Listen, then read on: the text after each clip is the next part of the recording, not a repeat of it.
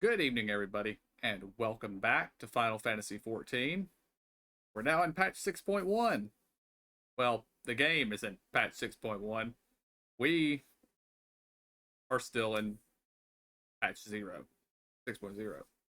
So,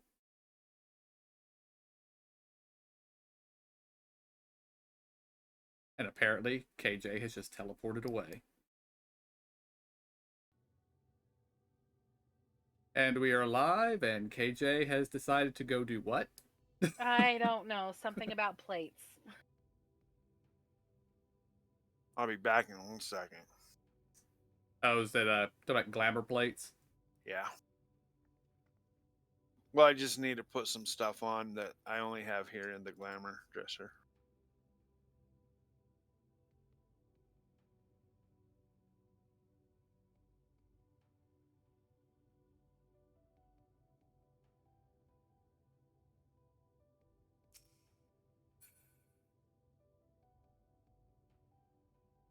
They actually did a good job on the wind up Garuda pet, didn't they?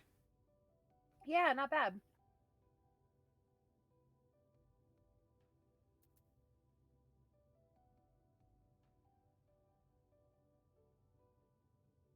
You can go ahead and get started.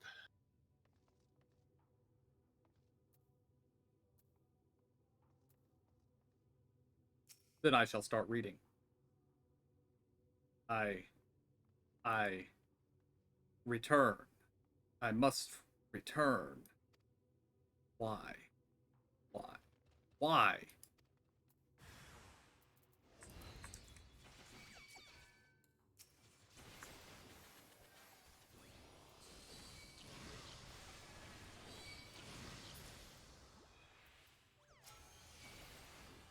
And then there was combat.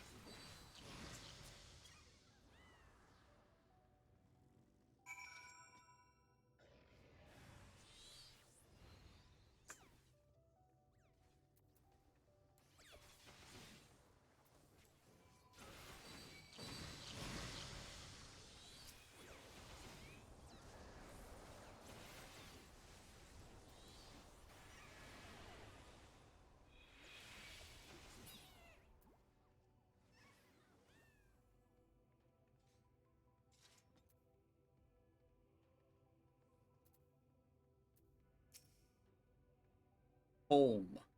I want. I need.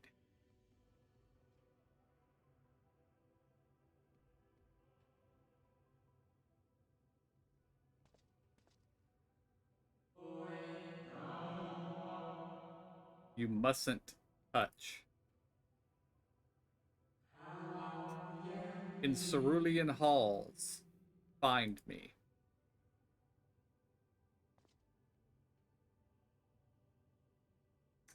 Was that building there just a second ago? Yes, it was. Okay.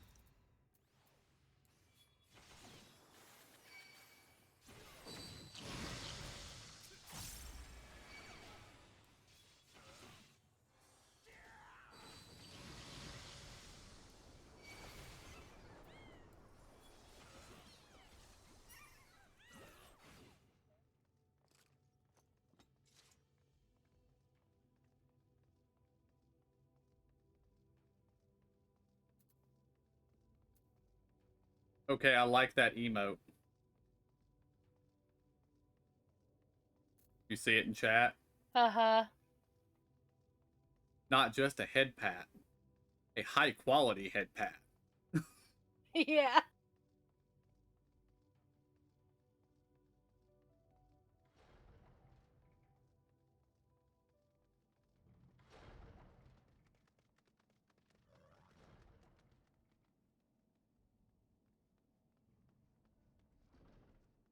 In the event of more combat, I will wait for KJ to get here before I click anything. On my way.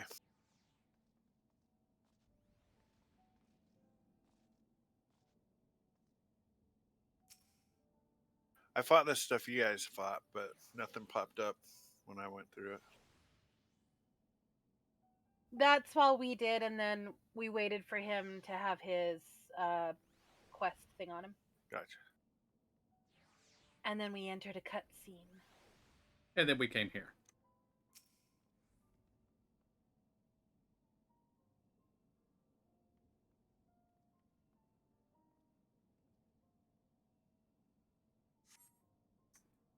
No steps echo through this looming spire save your own, but you nevertheless sense a presence above. Haunted space tower.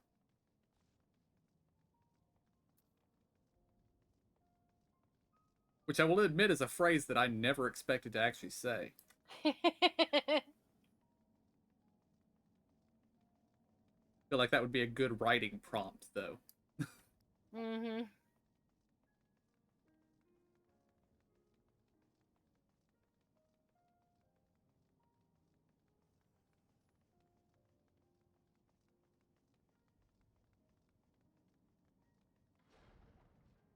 Okay.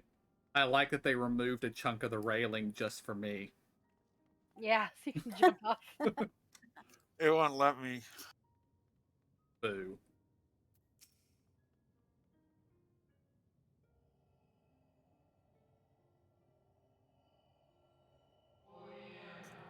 Apologies. I have been preoccupied for quite some time, and am out of practice at conversation.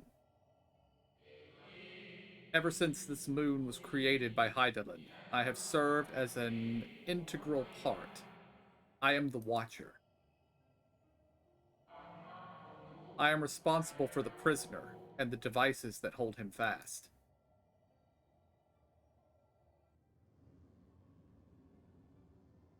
Hello, Zodiark. Zodiark himself, a projection of the moon's core. Though rent asunder by Hydaelyn, he grows more powerful with every rejoining. 7 there have been, 7 too many. And yet, for all his servants' machinations, he remains incomplete. The fallen are beyond salvation. No attempt would be made to free Zodiark, not until he is whole once more. But someone has taken action. The shackles that hold him nearly shattered. 6 locks to his jail, great and grand. Gargantuan swords driven deep, brands to bind Zodiark forevermore. 5 were destroyed by his would-be liberator. One of these I have restored. I strive to mend the remaining 4, but my efforts are being impeded.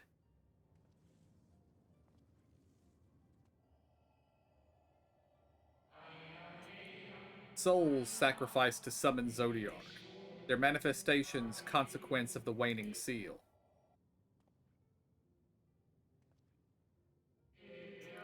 They labor in opposition to my work. They must be expelled for the preservation of all.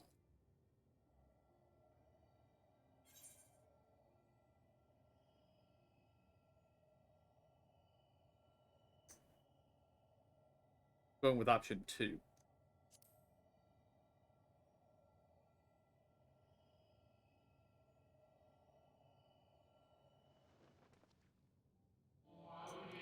Of that I have no doubt. You are her chosen.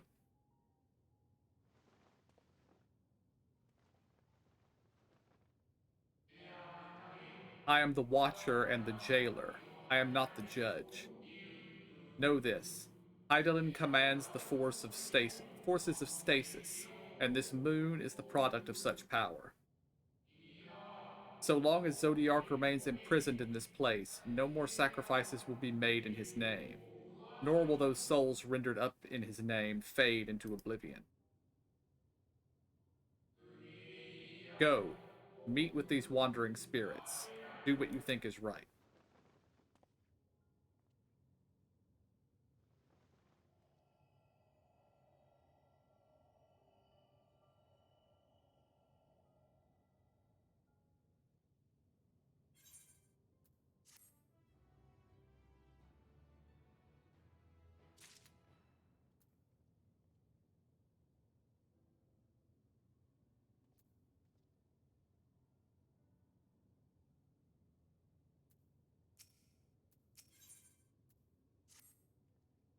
You must confront these lost souls, yes, but you need not expel them by might of arms. A feather touch, a firm word, simple methods may send them away, faint echoes as they are.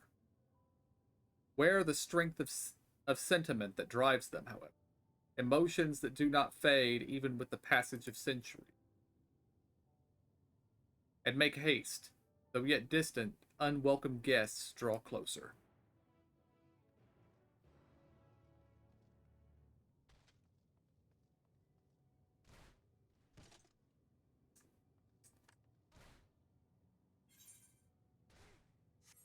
I forgot to close my eyes and my stomach dropped.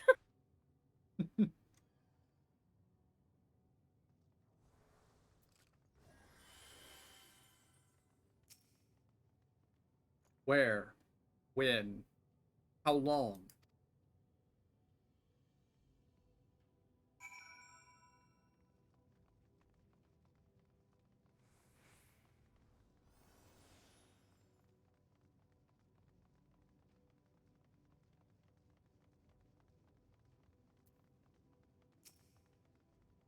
Was it truly so long ago?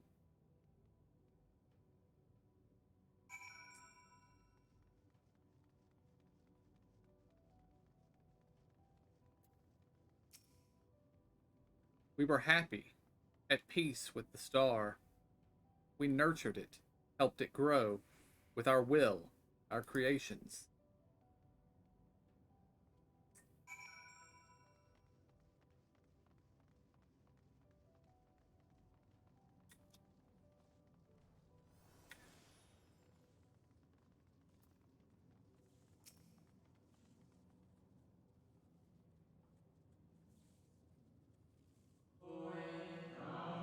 We were the star's beating heart, its life. Every soul a drop of blood flowing through its veins.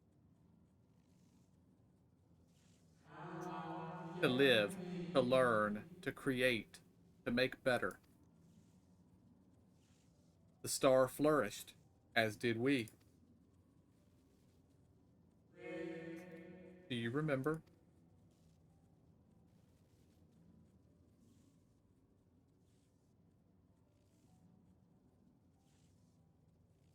As the whispers die, the final spirit fades. No shadows of time past, times long lost, remain around the drowning brand.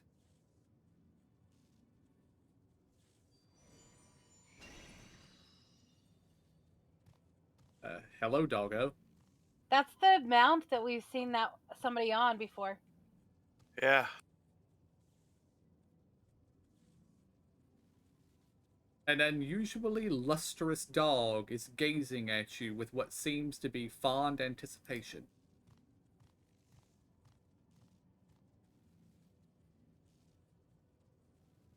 It appears to be waiting for you to follow it.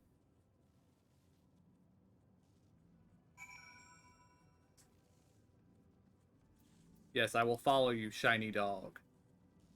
Follow the lustrous dog and try not to fall behind.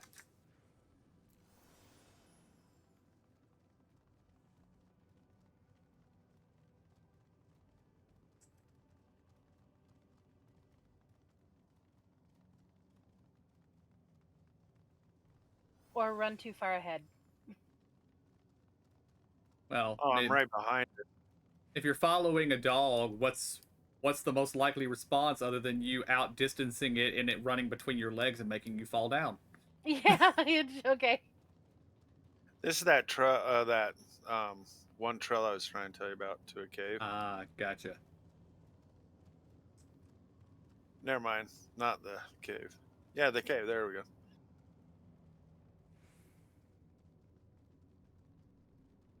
It shall be our light in the darkness of the cave. Indeed.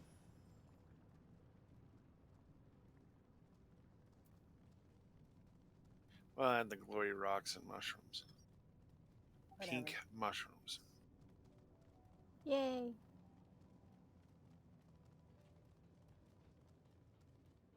I thought I was going to go over.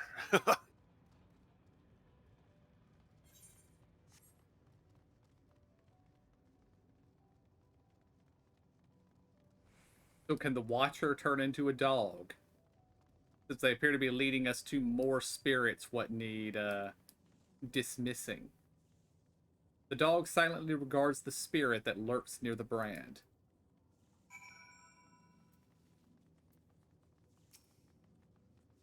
We and the star were fulfilled, wanted for naught, mourned for naught. Why? Why did it have to end?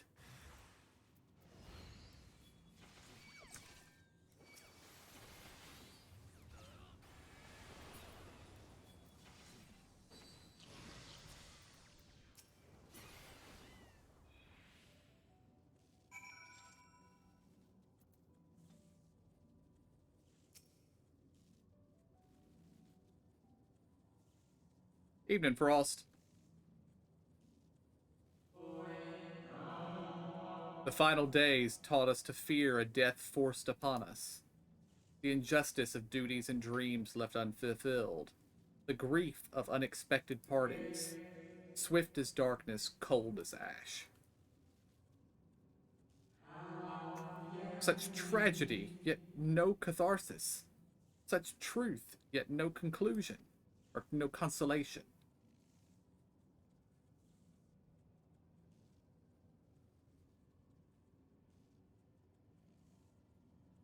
As the whispers die, the spirit fades. All is silent and still around the numbing brand.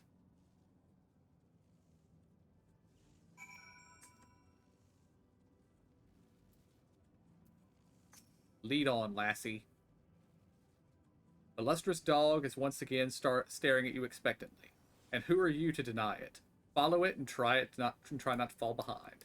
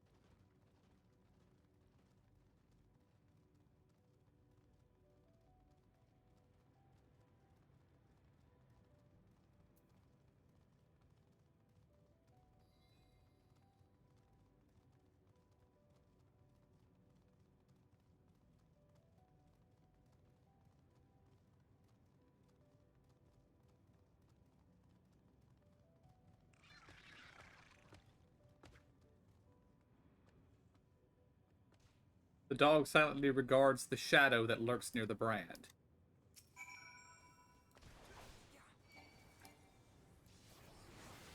And now this space cactus must die. Okay.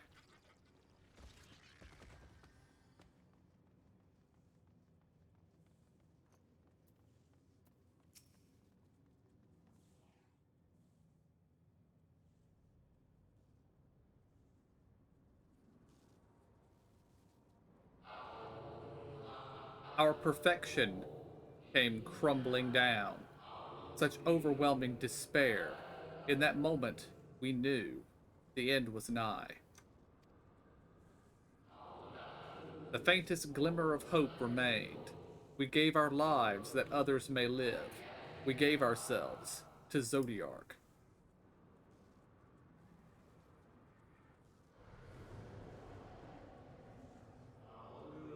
Zodiark, our Lord and Savior,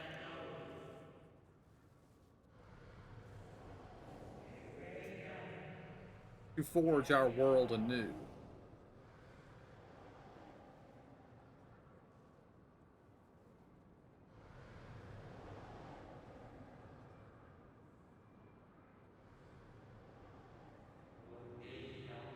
To live and love again.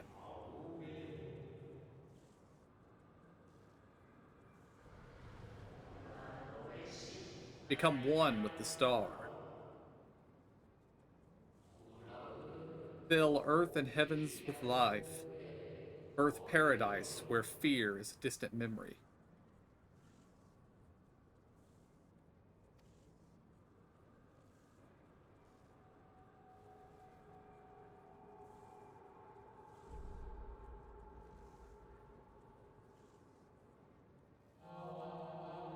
Pardon me, but would you be so kind as to step aside?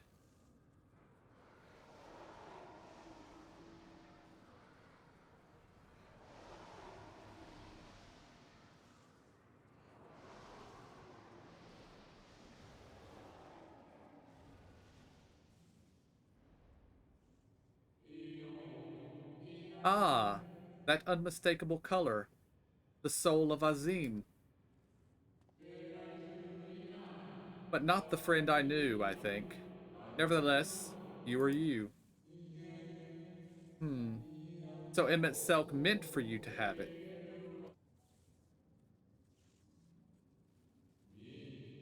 You seem surprised. Why might that be?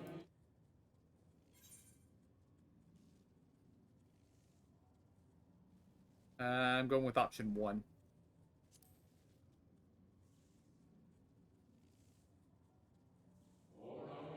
Again, I do not believe I have yet had the pleasure.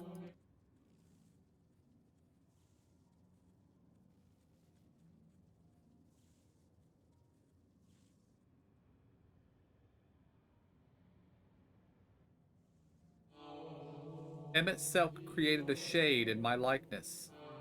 And not only me, but all of Amuro? Amurat? How very like him. A slave to sentiment, even after an eternity.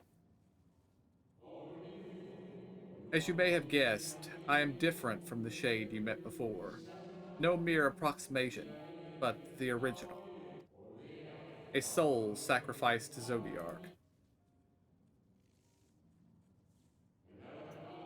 We remember in vivid detail the events leading to our purgatory. The plans and plots for our resurrection. Hydalin's intervention, and Zodiark's and the stars' final fate. And then we drifted in a waking dream, our minds steeped in fog, until you came. I know not what you and your friends intend for Zodiark or the future of the star. Nevertheless, in you I place my trust and faith. In you I choose to believe, as Emmett Selk did. Believe in yourself, and all will be well.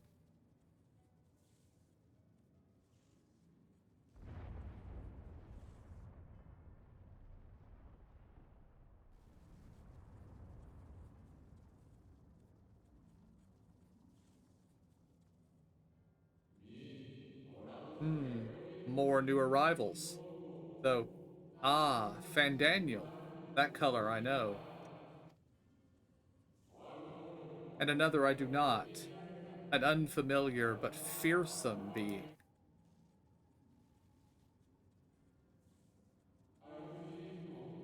I have kept you from your duty. By way of apology, I will ensure that the shades hinder you no more. Protect the final brand.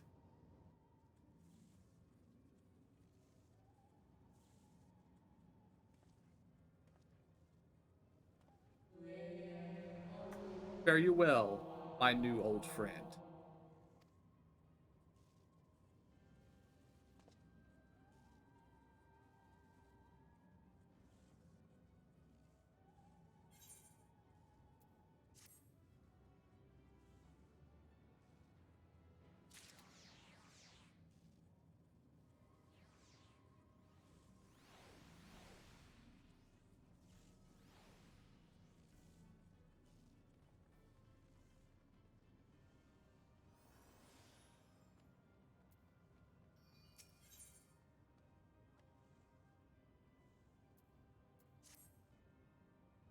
The dog growls, agitated.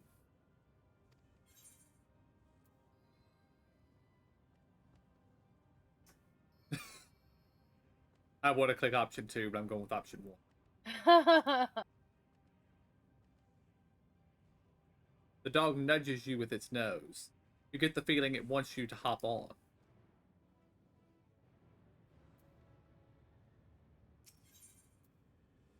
I did number 2, and it did the same thing. Gotcha. I'm riding side saddle. It's awesome. Me too. I am not. Nor I. That's good.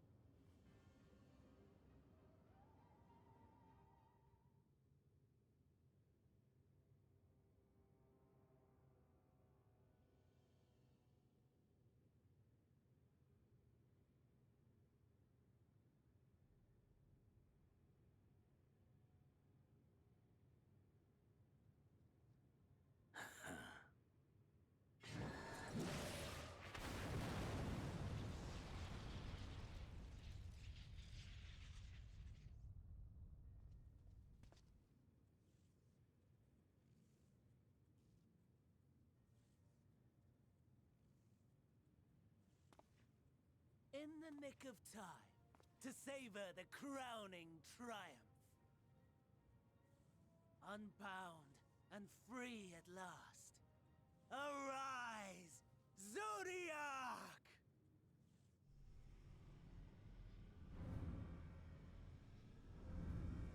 Well, slightly more than half of Zodiac, Van Daniel.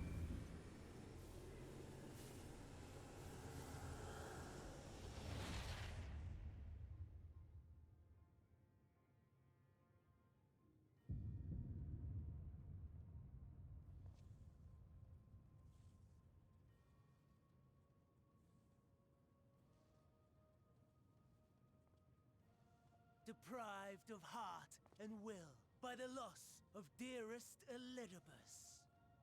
A creature of pure instinct, wanting for guidance.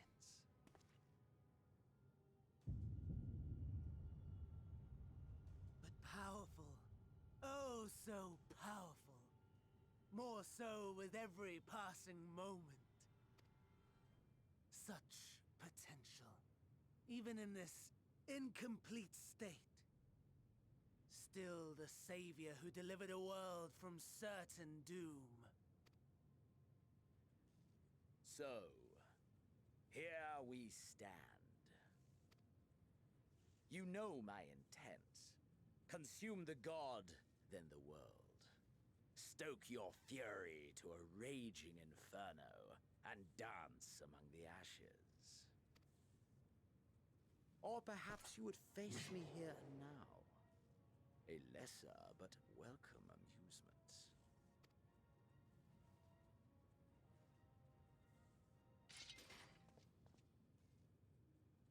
Yes. A taste to whet the appetite.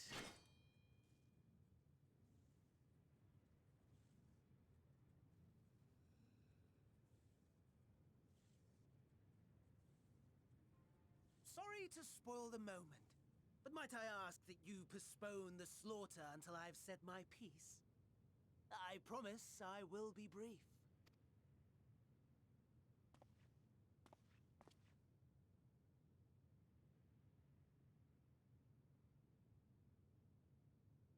Do you remember when I told you that I wanted to die and take everyone with me? I meant it.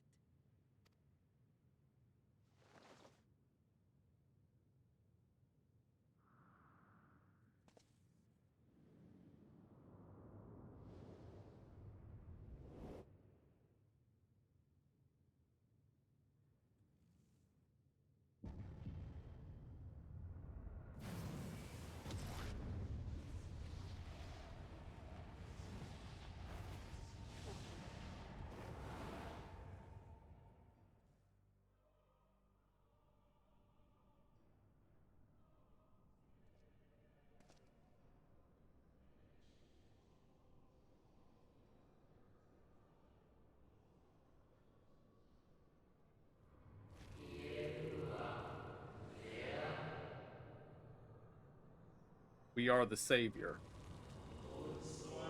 We are the guardian, the keeper of natural order.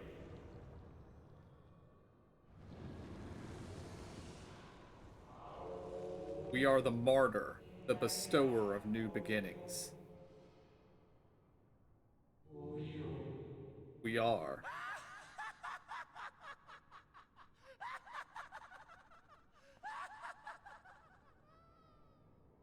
Such lofty aspirations. And what sweet irony that the world's saviors will become the agents of its destruction.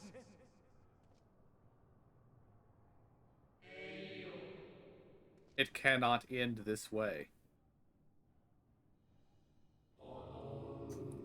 We must return and be made whole. We are the will of the star, now and forever. For the greater good, for the sake of the world. Wrong, wrong, wrong, wrong, wrong! Lies and delusion! The dead have no power over me. You will be silent. Silent as the grave!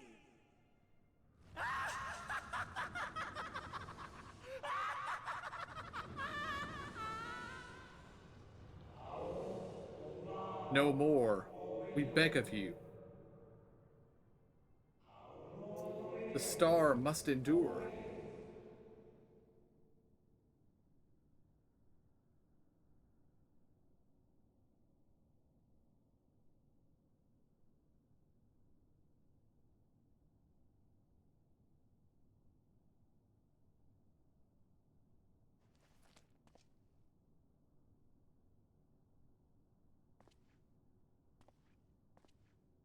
Believe and walk in faith.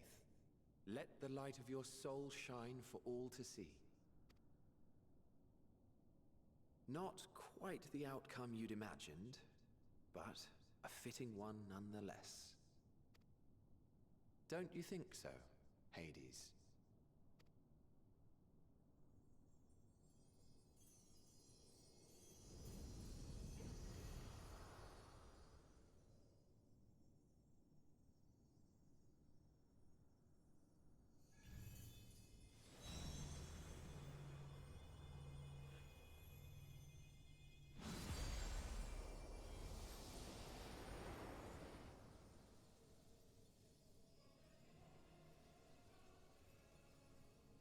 All I craved and more. Boundless power. Mine to command.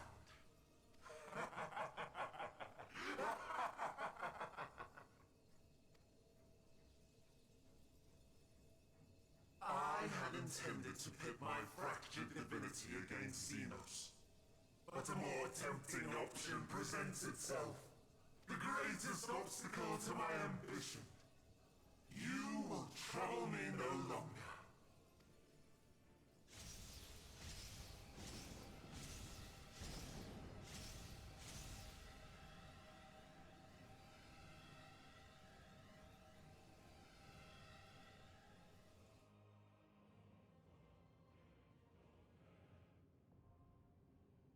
I'm suspecting that we're in an instanced area.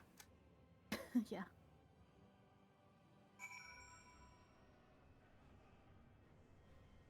Well, I must admit, I expected that we would be fighting Zodiark, but not at level 83 or 84. Mm-hmm.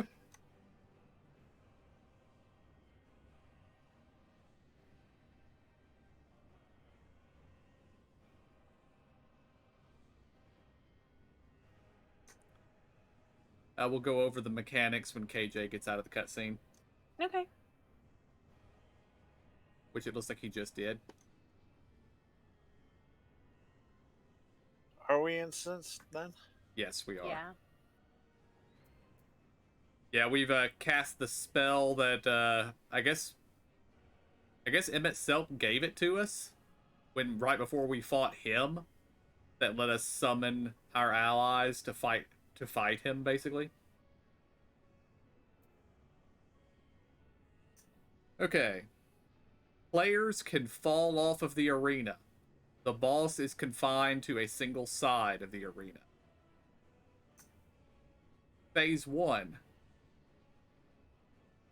Kokyatos. At the start of the fight, Zodiark reduces everyone's HP to 1. Exoterikos. Zodiark shoots a beam at the side of the arena where a triangle or a square will soon appear. The beams and spawning animations are color-coded. The triangle is a purple beam with blue and purple rune at the target location, while the square is red, pink beam and rune.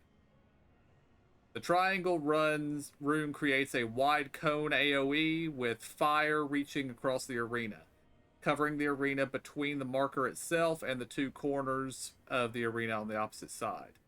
The square rune simply hits half the arena it's adjacent to. So I guess we want to not be in the shapes. Anya is the tank buster, moderate damage. Styx is extremely high damage stack marker, hitting multiple times in a row. Mitigation and healing are required to survive. Paradigma summons one of two mechanics, either behemoths or snakes. Behemoths spawn in pairs, each creating an AoE circle that covers a quadrant of the arena, leaving the other two quadrants safe. Snakes spawn two line AoEs across the platform, each taking up a quarter of the width of the platform in that direction. There's always a safe spot between and on either side of the snakes. Adika. Two fists hit the left and right side of the arena, creating two large circles that meet in the center of the arena. This leaves two safe zones at the north and south. Phlegeton is 3 waves of AoEs appear under the players. Keep moving to avoid. Complete control. The boss transforms, indicating the next phase. The boss will continue using the attacks from Phase 1, but has additional mechanics added in Phase 2. Astral Flow, used immediately after most casts of Paradigma. And Paradigma is where he summons the behemoths or snakes. But before those attacks hit, all players held in place as the floor rotates 90 degrees, rotating the snakes and behemoths with it. Once the rotation completes, snakes and behemoths fire from their new positions. Players regain their free movement thereafter. So, harder to dodge in Phase 2. Triple Esoteric Ray is 3 lasers which will shoot across the field in the order they appear. These attacks don't linger, so the moment the laser appears, it is safe to walk into the effect. The lasers appear in one of the two sequences, either the left and right side of the arena with the center safe, or then the center laser fires, or vice versa. Algeddon is Zodiark strikes across the entire stage, pushing anyone hit to their death. This attack's AoE marker is extremely short. It is indicated by Zodiark going to the front left or front right corner of the arena and striking across the arena diagonally. That one sounds difficult to dodge as well. Astral Eclipse. Zodiark will leave the arena, moving in a counterclockwise direction, calling down stars to strike the platform. On each of the 3 other sides of the platform, Zodiark will spawn a long tether from the center of the platform to a pattern of stars in the sky off to the side of the platform. These stars indicate where the meteors will hit the platform in relation to the direction the meteors are coming from, with the platform being divided into a 3x3 grid. Note that these are oriented as seen from the platform. Tremorphos Extericos. Zodiark places 3 Extericos attacks in sequence, one on each of the 3 sides of the platform in random order. Those are the shapes that we talked about at the beginning. From here, the boss will repeat these mechanics, omitting Astral Eclipse until it is defeated.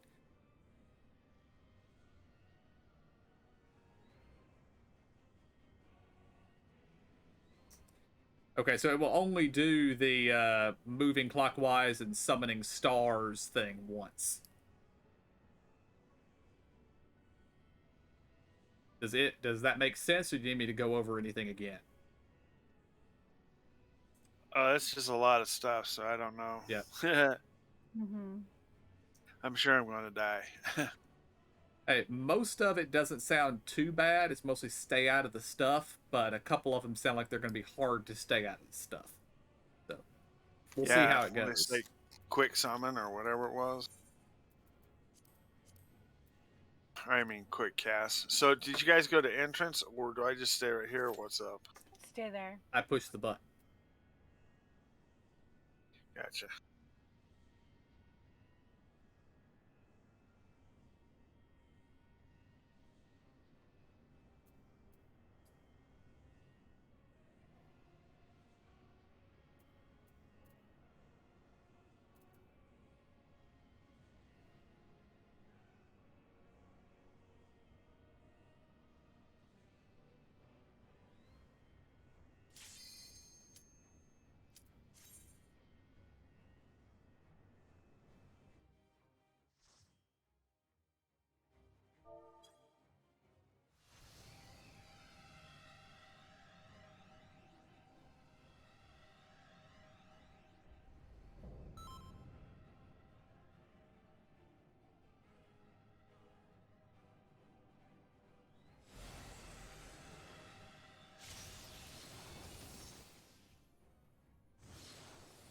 Establishing connection.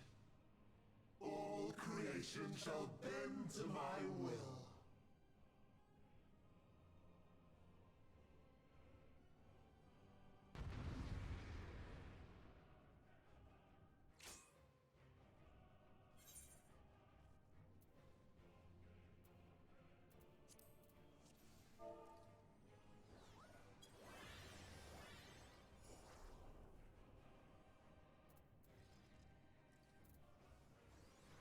Oh, we have a gunbreaker tank. Haven't seen one of those before. Will be beautiful.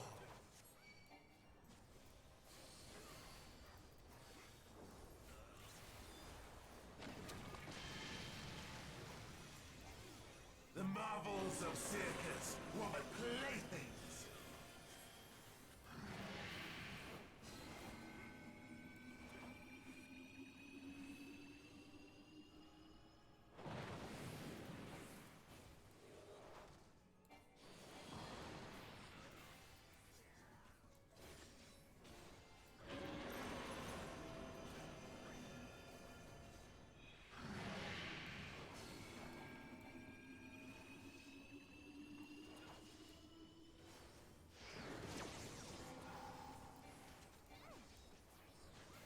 Ouch! I thought that was the right corner. I followed you. Yeah. Yep. I went the wrong way. I thought you were going right though.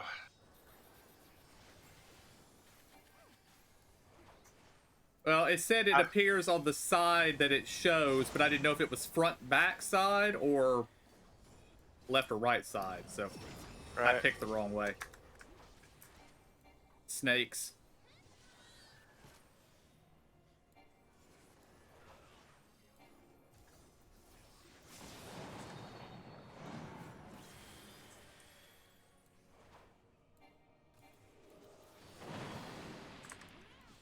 Will you live to see the end? This is going to hit multiple times.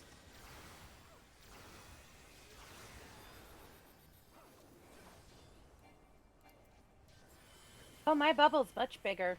They thought it was.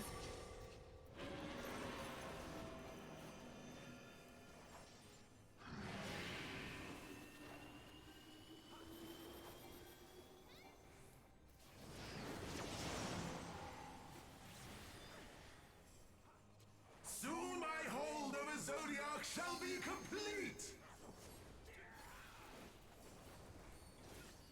Oh. Well, that tells me we're fighting Fandaniel here. We're not fighting Zodiark. Yeah. And I guess it's possible we'll kill both of them, but...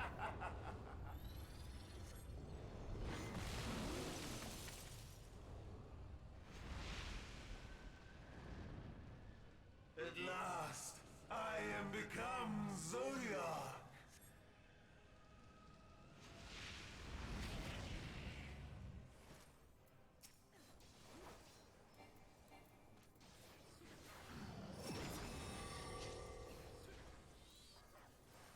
The natural order overturned.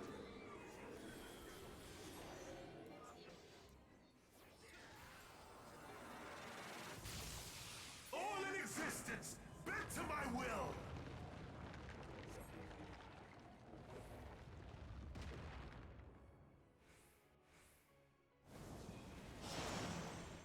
I did not get out of the way quick enough. My life's work, my masterpiece.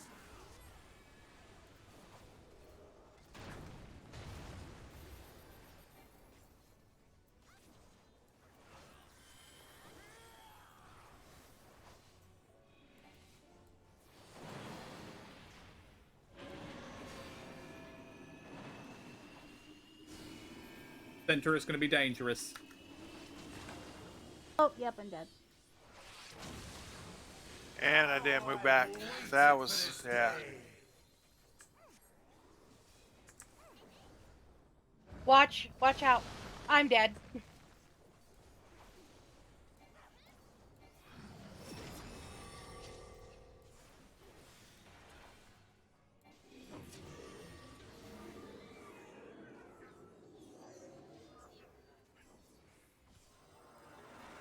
It's going to freeze you, right? You want to return or chain? Yeah. It did not turn me the direction I thought it was going to turn me. Oh, But yeah. I'm safe.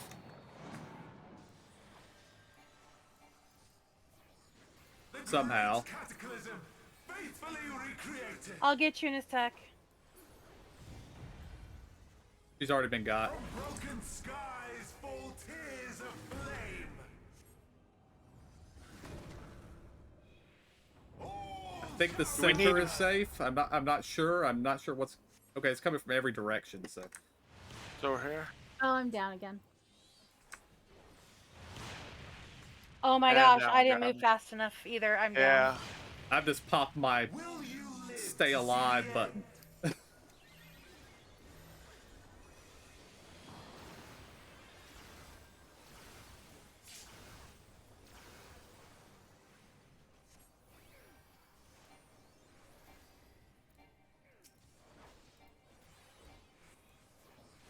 Yeah, the instructions mentioned one constellation, not 4.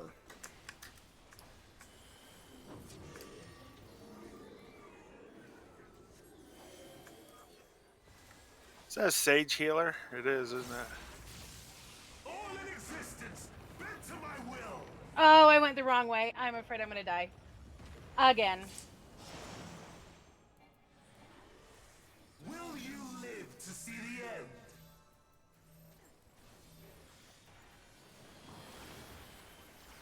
Oh my gosh! I'm going to wait for this and then... Well, I tried to get a heal to you, Emo. It didn't get there in time.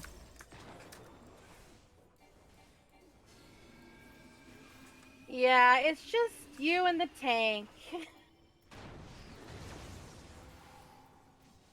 have no need for restraint.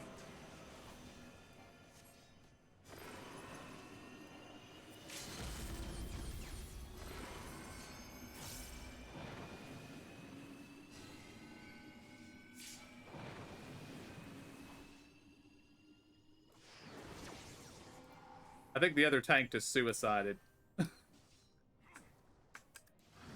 Just wall guys? Does that mean like die? Yeah.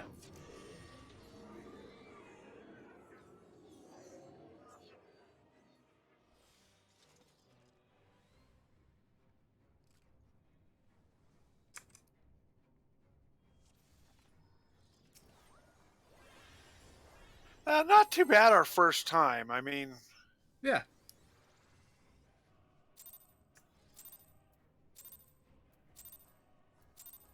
The end has come, and it will be beautiful.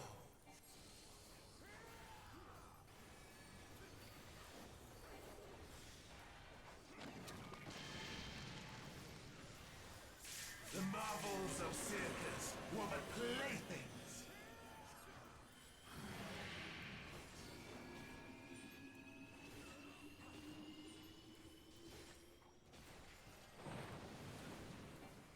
That was fast too.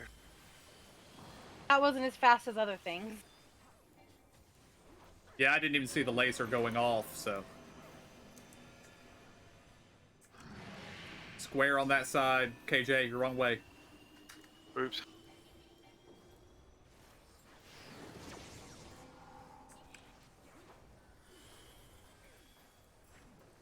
Malice, become flesh. I was assuming that was you, Emo. No. I was looking for you and didn't see you. Did they pull you? Somebody did. But That their would've been the stage. Yeah, no, the sage has it. All healers Oh. have it.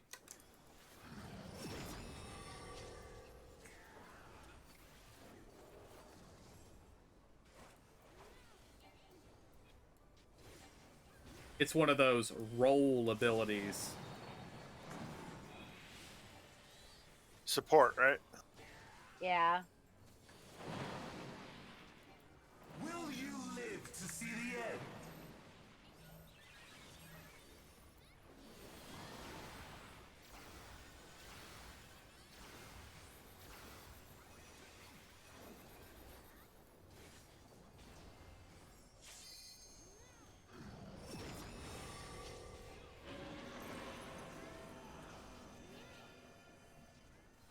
Get off the left side.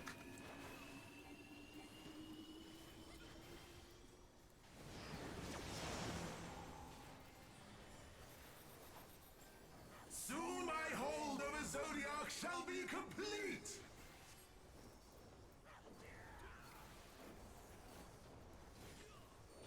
Mine! All mine!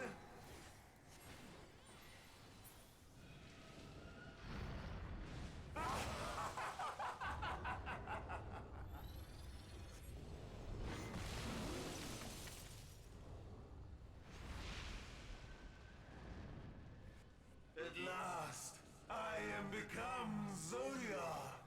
Okay, when he does the little thing where he goes around and summons the constellations, he moves counterclockwise around the screen, and that's the order that they come.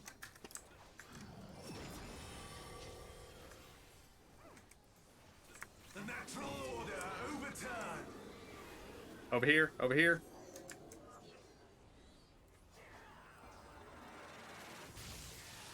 All in existence, bent to my will! Okay, that was on me. That was entirely on me. It's not what direction we rotate, it's what direction the board rotates. My masterpiece!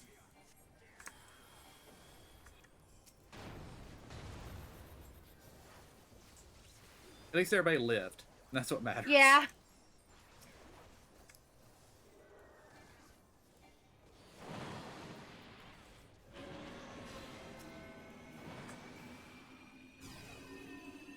Center's gonna be dangerous. How I've waited I don't know for why I this go so day. far in. Get out of the diagonal. Take it just yet.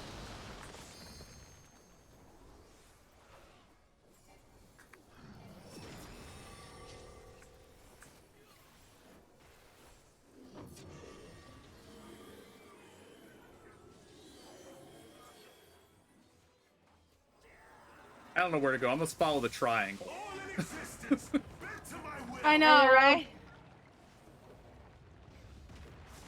Apparently the triangle was right. The great cataclysm, faithfully recreated! Okay, he's about to do the thing where he goes around. The ones on this side are the ones that are gonna come first. Tears of So get over here.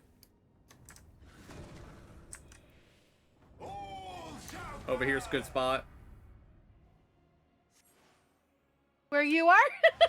Apparently not. It's good for the second one, though. Damn it. Will you live to see the end? Unless I'll get in a minute. Okay. As soon as this thing goes, because this is where it killed me.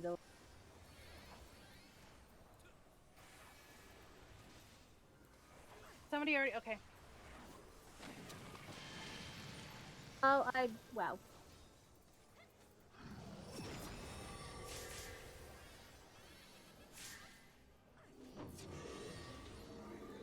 Stick with triangle.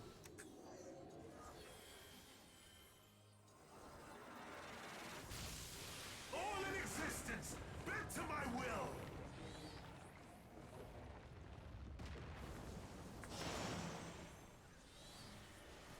Will you live to see the end?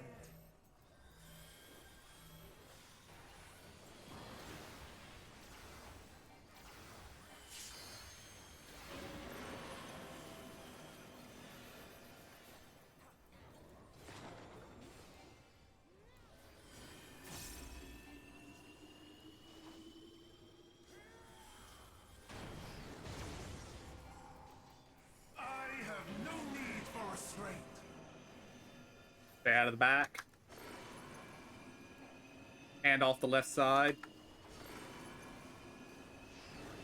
And be prepared to go to the right, to the left side.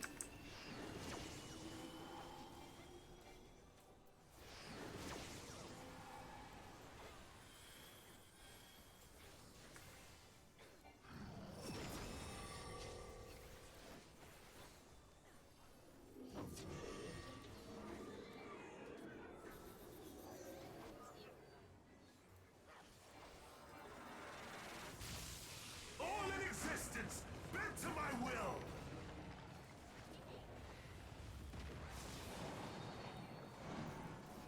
I was a little scared there for a moment because we were floating above space.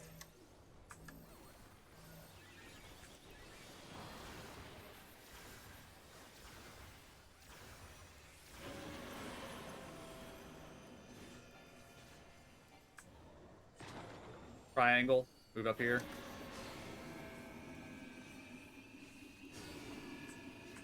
The center is going to blast first.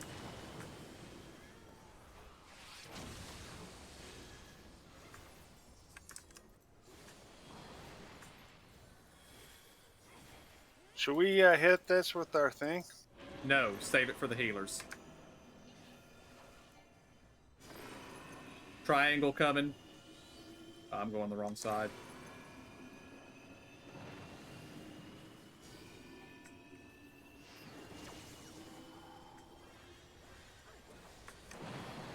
Well, I managed to not get hit by Will that you somehow. live to see the end?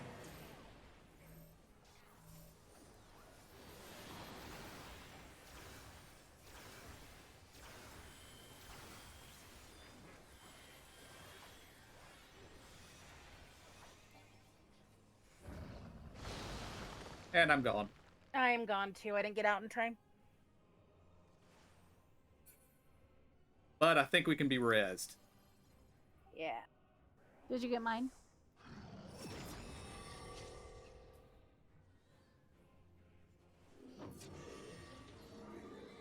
Of course, I don't even really need to be rezzed. I'm not particularly important in this fight. But All in existence, bent to my will. I will wait until the thing is over.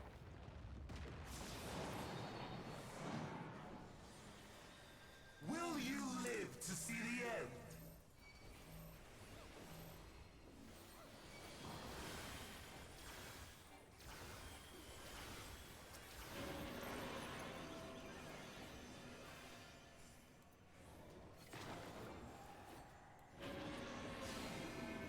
The sides are going to fire first.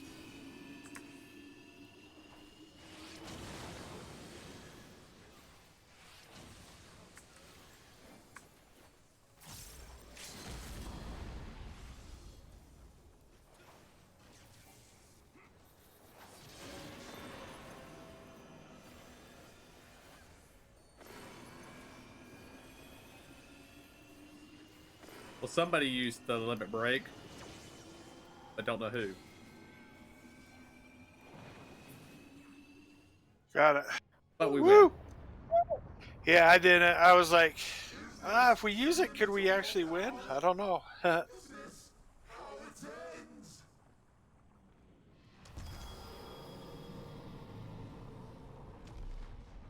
Was he talking to us or to Zodiac?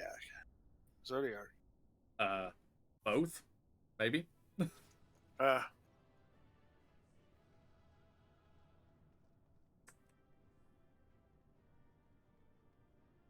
And who knows? Maybe killing Zodiac could kill everybody else, which is what he wanted in the first place.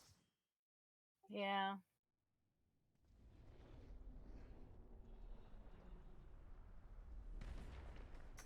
Because maybe the cataclysm never actually ended. Zodiac's just been holding it back all this time. We'll see. Oh, and of course Xenos shows up. Well done. My preparations are complete, and I stand ready to seal Zodiac once more.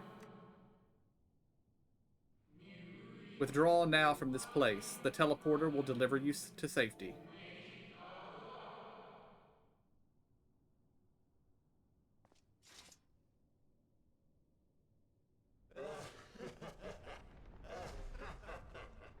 Incomplete. Insufficient. Of course he was no match. Once again, you have left my best laid plans in ruins. And played your role to perfection. Thus, sealing my victory.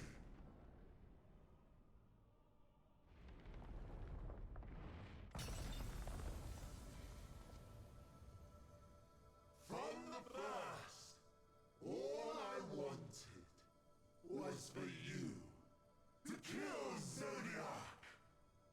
'Twas but one of many methods to achieve the desired effect. 'Twould have been the same had Xenos died in my place. But what better and more satisfying way to ensure success than to take control myself?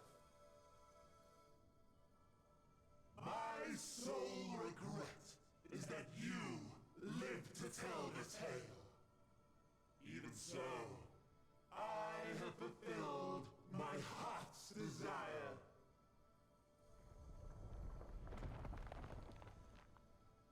Let your murder mark the beginning of the end. The coming of the final days!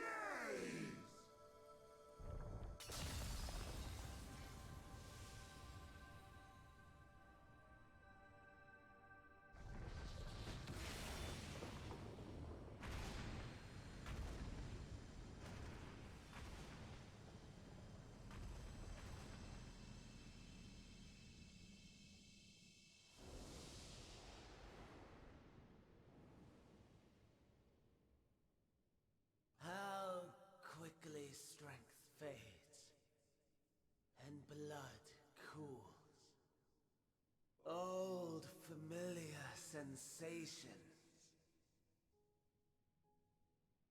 So many lives, so many deaths. No different this. I close my eyes and slip into the dreamless slumber.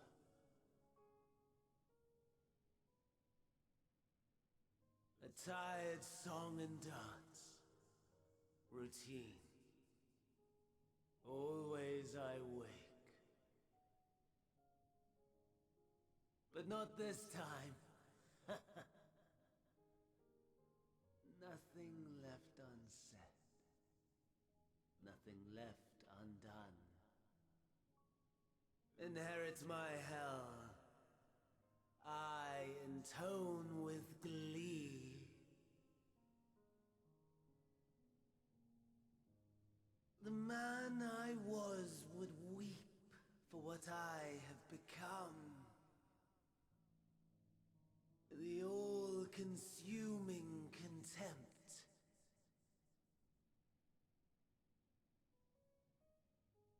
But I've the wisdom of 10 millennia to justify my answer to the question. No value in their existence. Not a whit. For all that I looked. None that I did see. A final chance, then, for Heidelin and her faithful.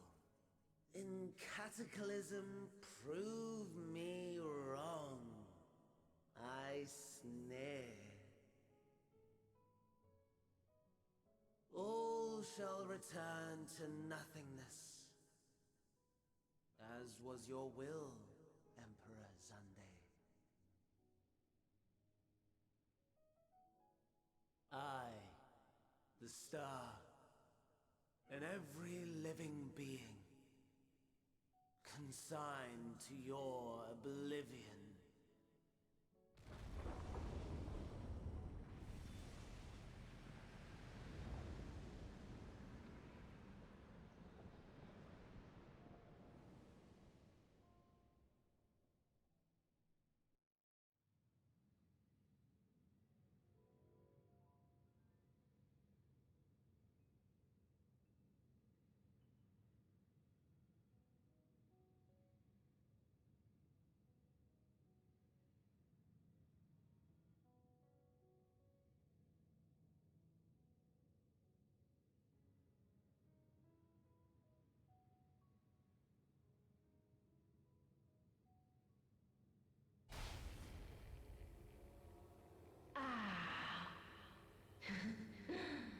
At last.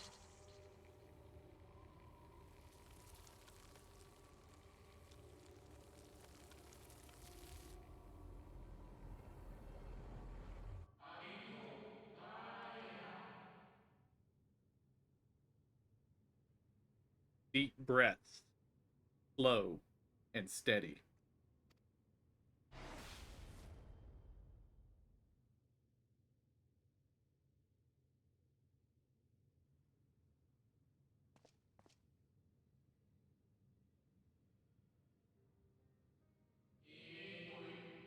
You saw it too, yes? The blue star below, thrown into turmoil.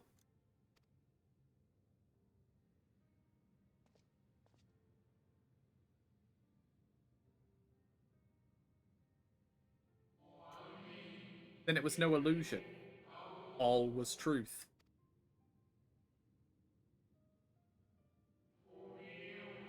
With the death of Zodiark, the laws of nature over which he presided have begun to unravel. The final days are upon us. What you witnessed was an omen granted by the Echo, a vision of the horrors to come.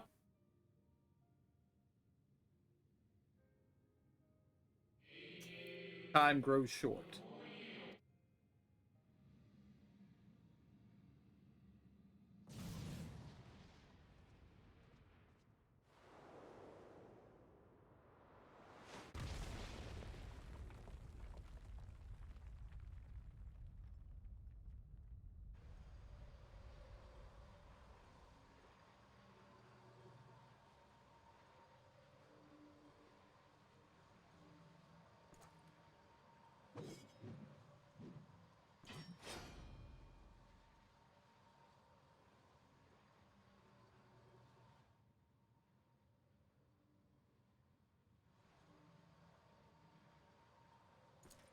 No.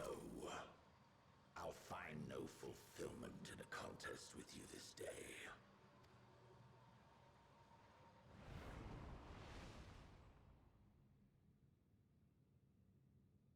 Slavering beasts gather at your gates, ravenous and eager.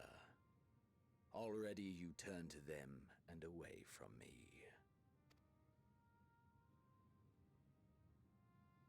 I must go forth once more in search of power far beyond the might of Shinryu. Power to make your heart run over with rage. For the eldest of primals was a betrayal of promise. A pathetic creature incapable of inspiring true despair. That's what I crave. Pure, unadulterated despair.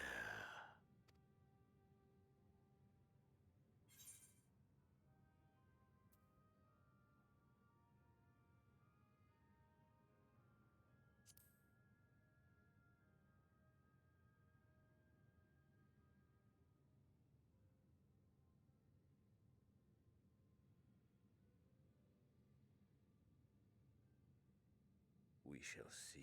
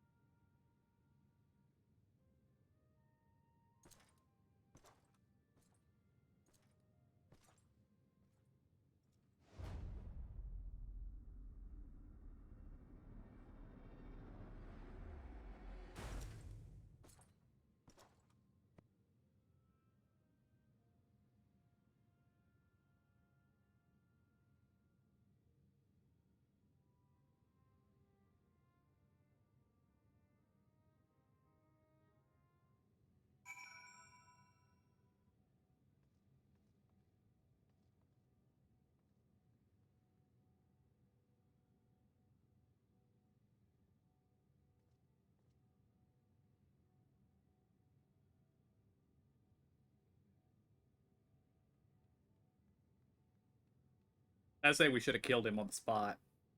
Mm-hmm. I wonder if that's what that pause thing was for, right? That's just I think it's just a weird cinematic effect. I've seen it used elsewhere, but I've never really understood its purpose. Mm. But so, yeah, we killed the dark god and doomed all existence. Well done, everybody. Woohoo! Yay!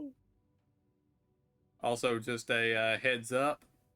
A storm is rolling in. It's not supposed to be particularly bad, but if I disappear, you know why. Okay. I sense his presence on the moon no longer. If you need not follow, then I beg you stay and listen to what I have to tell you. Of Zodiark and the end of all things.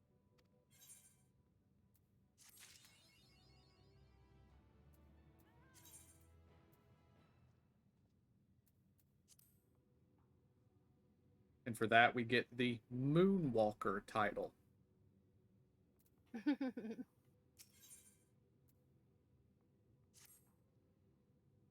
Before we speak at length, I believe a change of surrounds is in order. I have more than ill tidings to share, you see. I sensed others arriving not long ago.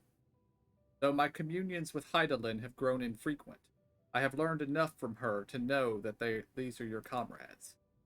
And as luck would have it, they have already reached my abode. Come, let us join them.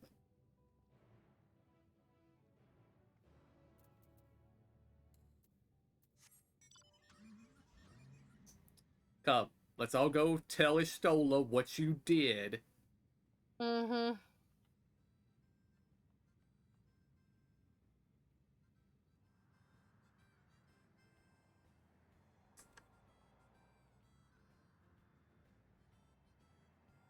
Oh, that does remind me. I have seen exactly one clip of 6.1 stuff. I'm not going to tell you what it is, but it's good. Oh, okay.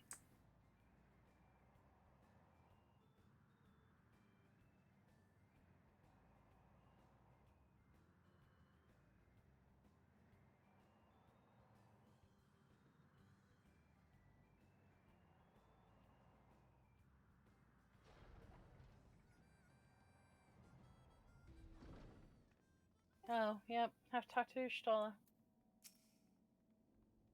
I'm sorry. I'm sorry.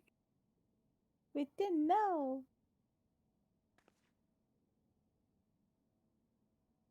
The only thing I've seen is just the book falling on her head.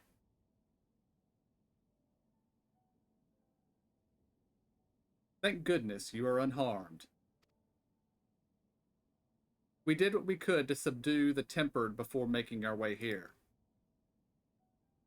Not without casualties, and some few detonated explosives, killing themselves and others. Oh yeah, I'm not planning on it.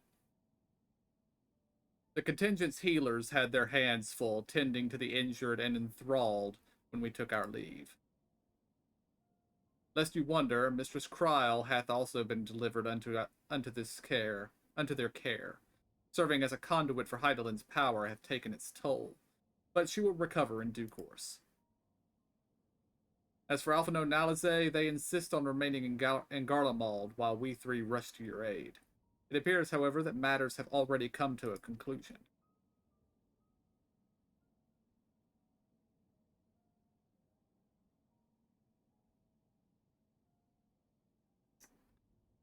But what manner of conclusion, if I might ask? And is this of the ally whom Heidelin bade you seek out? He is not unlike the shades of Amarat.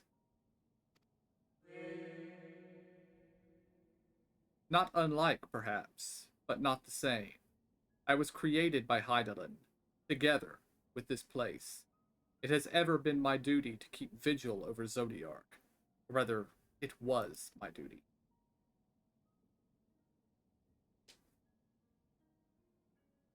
This is where you say it's not my fault.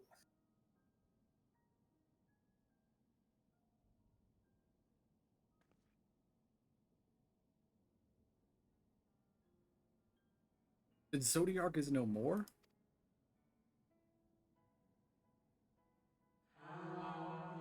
And not without consequence, I am afraid. For now, the delicate weave of the star, preserved by his presence, will begin to unravel.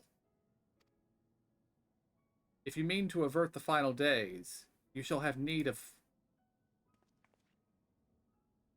Are you alright?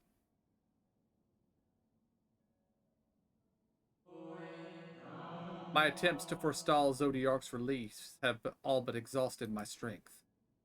If you might allow me to rest a short while, I will share with you all I can.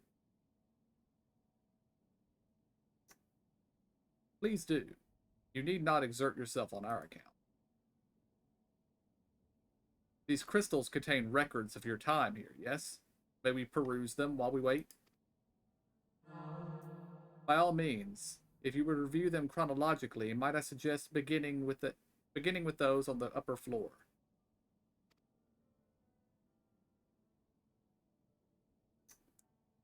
I shall leave that to you, while I see what can be gleaned from the crystals on the lower levels.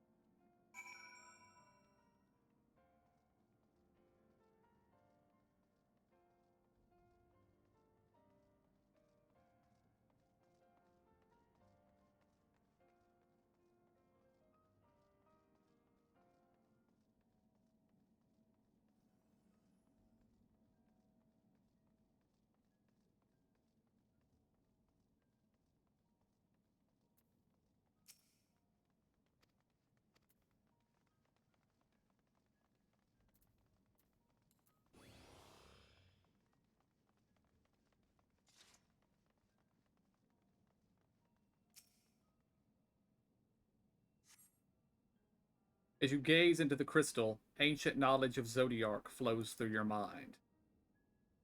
Daily summary. No abnormalities detected. Daily summary. No abnormalities detected. Daily summary. No anomalies detected. These appear to be records of a long, lonely vigil on the moon, dating back to the beginning of Zodiark's imprisonment.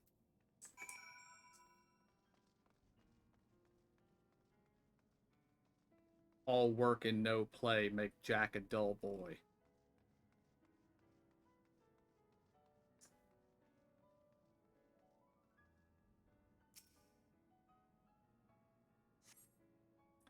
As you gaze into the crystal, knowledge of past calamities flows through your mind. The records described below, with each rejoining, Zodiark's thirst for freedom grew, as did the strain on the brands. Maintaining Zodiark's imprisonment appears to tax Hydaelyn greatly.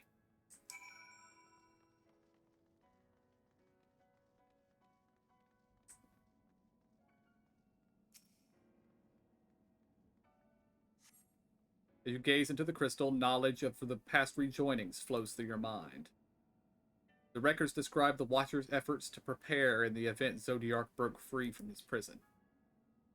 The records go on to describe maintenance carried out regularly with Laportis, though it is not clear who or what they are.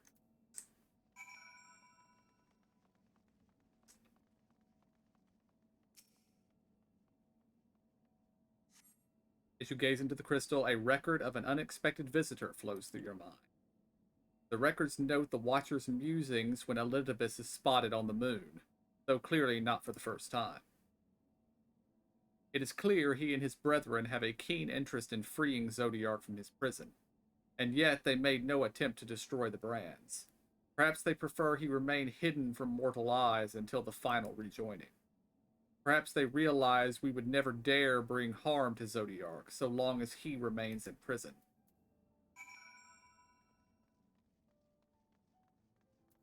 Yeah, that bit of information would have been good to know. Well, we didn't really have much choice. It was either kill Zodiark or let Fandaniel loose with Zodiark's power to destroy the world. Yeah. Or let Xenos kill Fandaniel, consume Zodiark, and destroy the world. So, did you learn anything of import? Yes, please wait while I recite 10,000 years of nothing happened, Yola. So, it is as we suspected. Maintaining the brands requires a great deal of her energy and focus, and this cost has grown higher with every rejoining. That would explain why contact with her has become rather infrequent since the 7th Umbral Calamity. I too made a rather startling discovery. This heavenly body we know to be the moon was in fact created by Hydaelyn. When the Watcher said he was created together with this place, I thought he only meant this facility. Truly, Hydaelyn's powers are far beyond anything I could have imagined.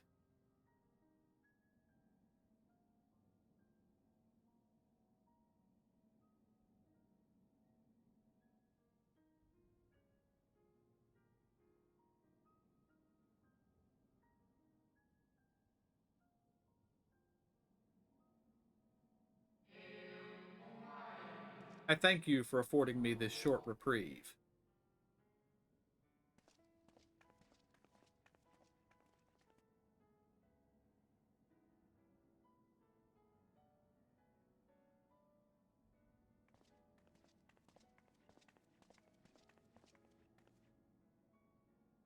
It is we who should thank you. The records stored here are nothing short of extraordinary. There is much we could learn of Zodiark and his imprisonment, but perhaps you could offer us more focused guidance. Pray, tell us of the calamity that came before and comes now again.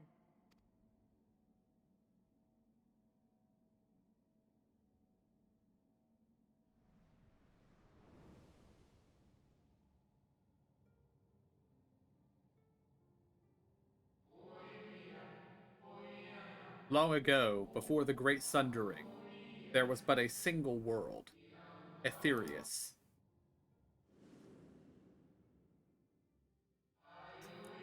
One day, from within the earth, a terrible cry issued forth, affecting a profound change in all manner of life. We were not exempt. Our creation magics ran rampant, giving shape and form to thoughts of hopelessness and despair.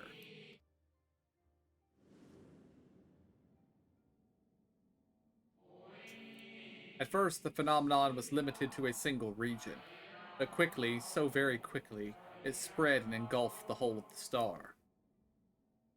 Were the ancients ever able to deduce its source?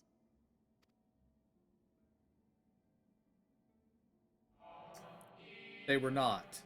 However, the convocation struck upon a method to predict where next the corruption would manifest.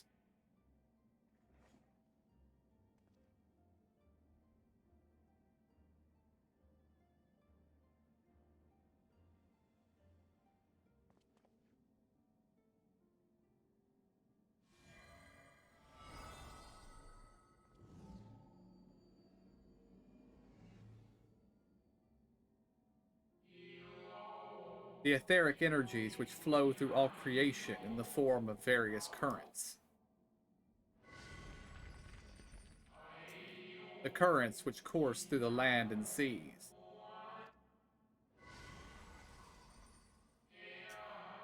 Those which flow through the very air.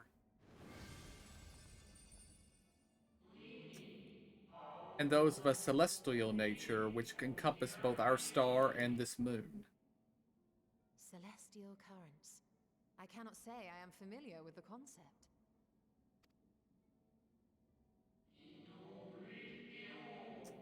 Nor would I expect you to be. Few scholars of our time knew of their existence. Their invaluable knowledge helped us to better understand the nature of the calamity.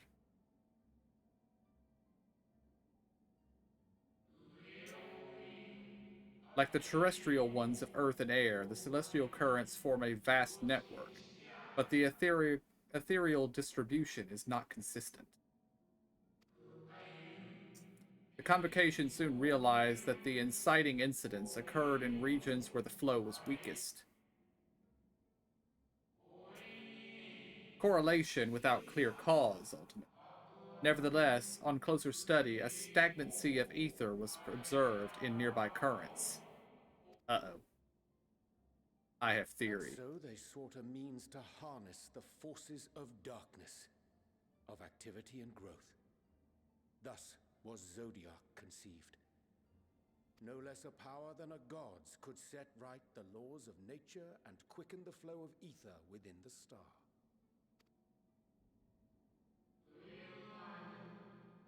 Precisely. With the advent of Zodiac, our end was averted.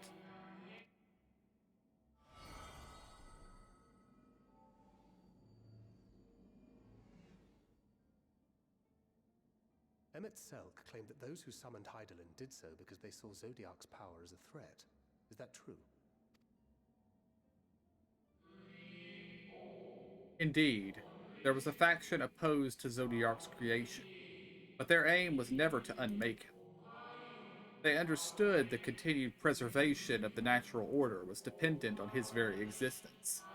Until we could identify and address the underlying cause of the final days, he would need remain, for his departure would set in motion the apocalyptic forces once more. Hydaelyn recognized this as well, and so rather than destroy, she sundered Zodiac, herself, and the star into lesser reflections, that she might confine him in this place.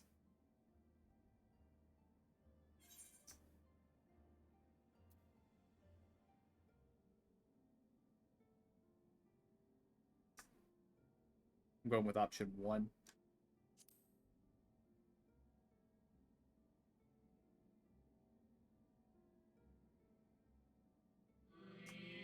Perhaps she did. But as with all beings, intent is not always in accord with spoken word. Hydaelyn and Zodiac are both constructs of man, approximations of perfection limited by our own imperfections. Zodiac was, without question, the more powerful of the two, having been born from the sacrifice of half of Aerithus's population. Aetherius's population. Thus was it necessary for Hydaelyn to commit herself wholly to his defeat. Still, more effort was needed to confine him. Maintaining the brands taxed her greatly, with what power she dared spare, she cried out to any who might listen, and offered her blessing to those who heeded her call.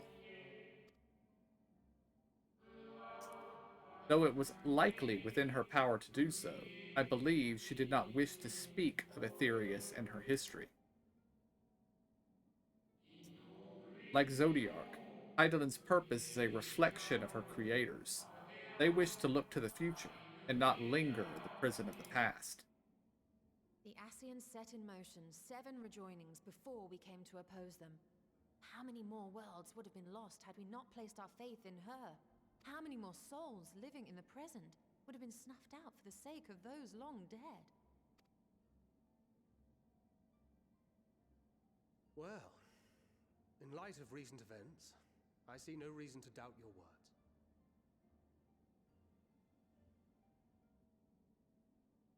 And even if Eidolon is not a god in truth, if Minfilia believed that we should trust in her plans, then I choose to do just that. Which brings me to a rather important question. Let's suppose we try but fail to stop this second coming of the final days. Should the source fall, what will become of the other worlds?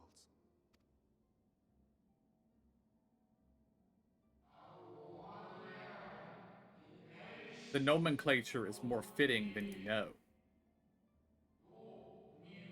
Bringing ruin to the source, and its reflections will share its fate.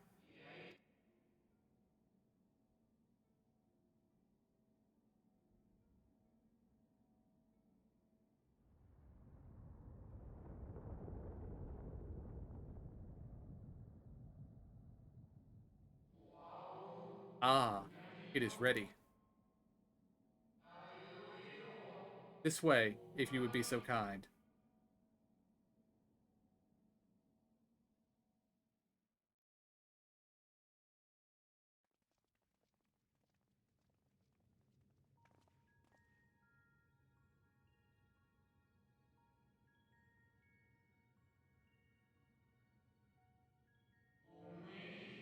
A beautiful sight, is it not?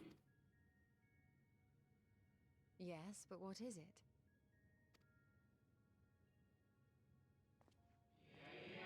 Eidolon knew better than any that her power was not absolute. Indeed, she has ever struggled to hold Zodiark and his faithful at bay. She feared the worst, and so made preparations. In the event of his demise, there would be a contingency. This moon is more than a prison. It is a vessel capable of bearing the people of Aetherius to safe harbor.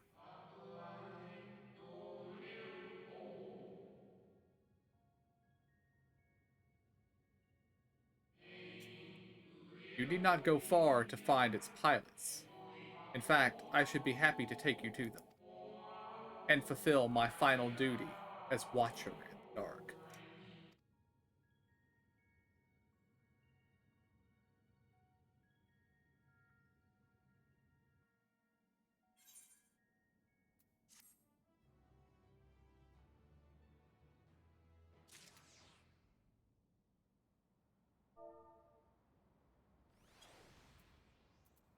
Can you give me just a moment? No problem.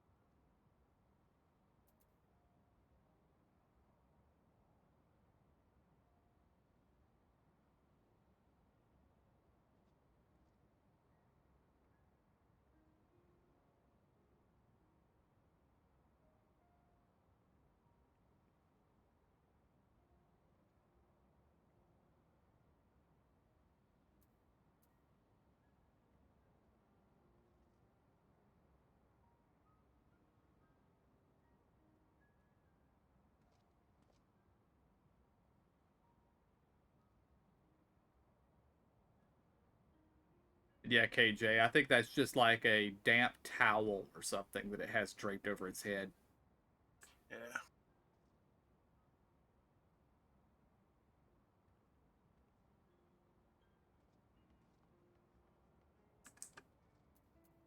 I'm back. Welcome back.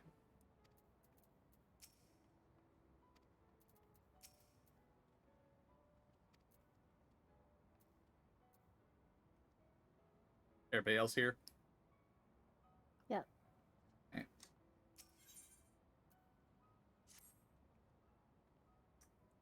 The time has come for you to be on your way. The crater at the heart of Mare Lamentorum, where Zodiark was imprisoned, is not so easily traversed, however. Let us call upon Argos, the familiar whom you met earlier. He should have no trouble bearing you across.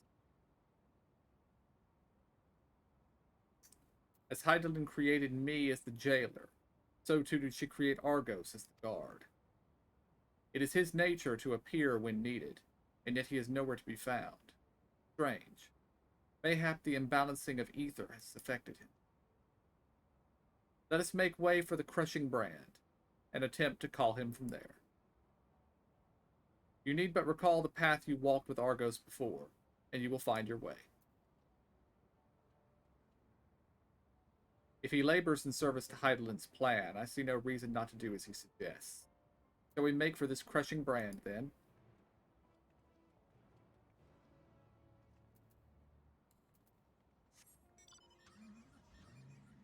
But yeah, during the cutscene, I said, "Oh, I have a theory."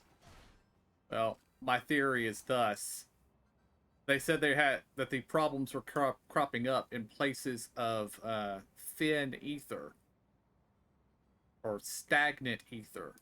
Mm-hmm. Kind of like exactly what was happening on the first, where light was outbalancing darkness. Yeah. So I'm concerned.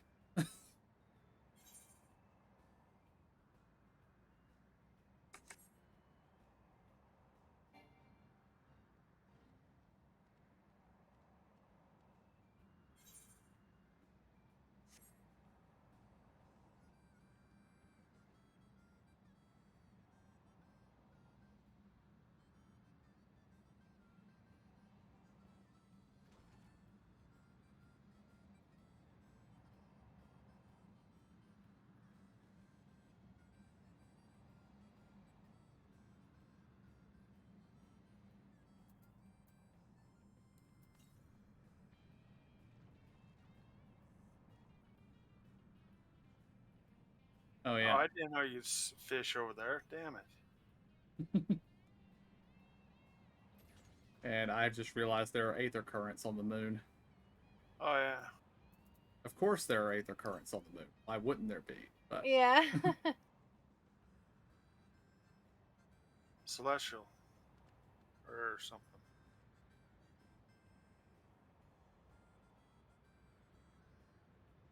it would be interesting if they looked different. They don't.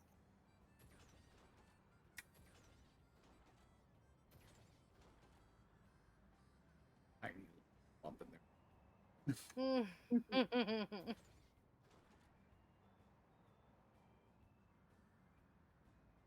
I've seen people with little companions that look like these guys, these cacti. Mm-hmm.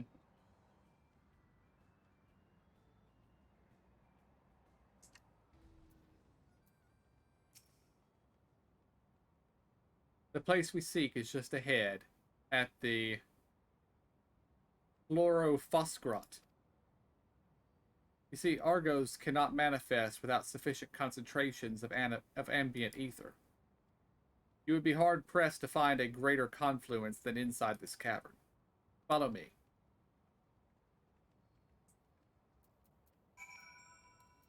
You took 2 steps and disappeared, buddy. How am I supposed to follow you?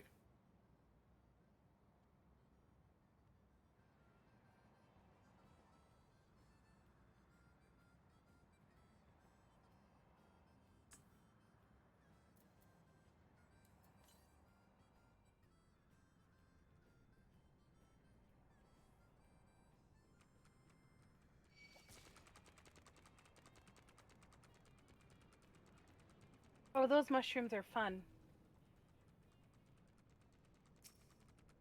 They're like little cages. Mm-hmm.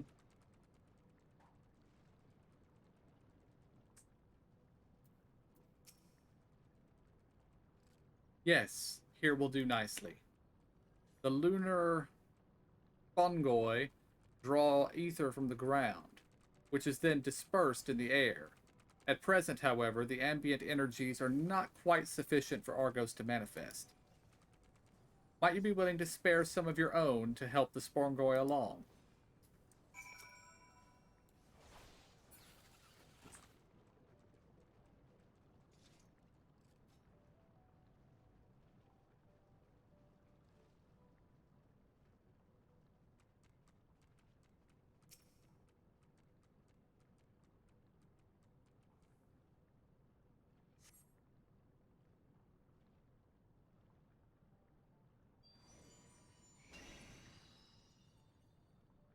Hello, shiny dog.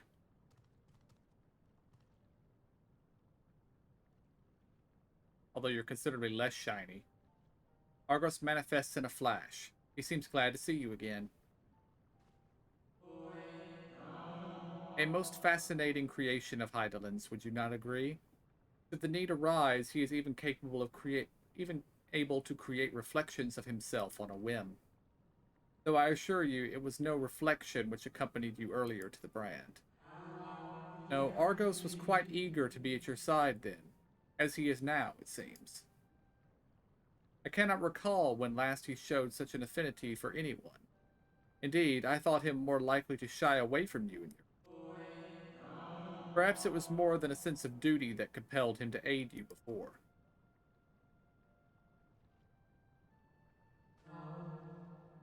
As for your companions,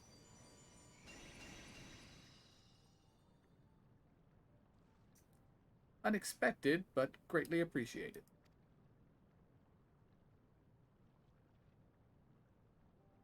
I believe we are all ready. Then let us return outside that you may cross the chasm.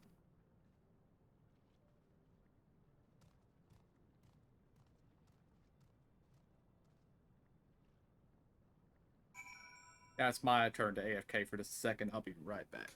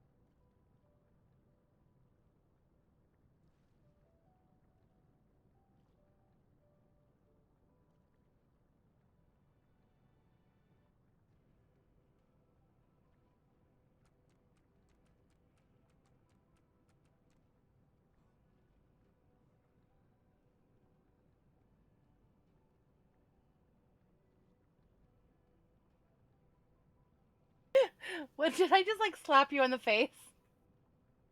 Yeah, wow.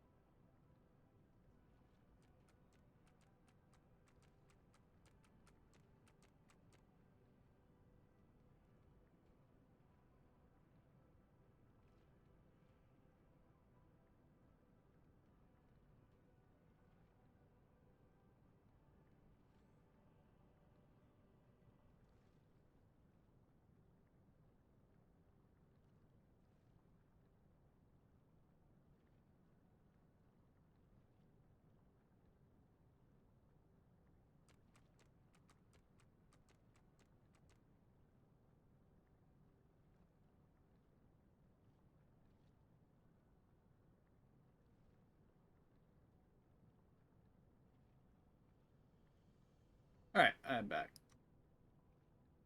Welcome back. Walked past the severe weather report on in the other room, and Weatherman said one of the dumbest things I think I've ever heard him say. He had up on the screen a shape on the map that indicated a tornado warning. And he said, because now you may be familiar with these being red, but we got some new technology and some new methodology on how we do these things, and it's purple. Any reason to use purple's fine by me. Well, yeah, I mean, I'm fine with that. It's just, there's no reason. It's not like it's a new kind of warning or anything. It's still a tornado warning. So. That's funny. Just a little mix with a little blue in it.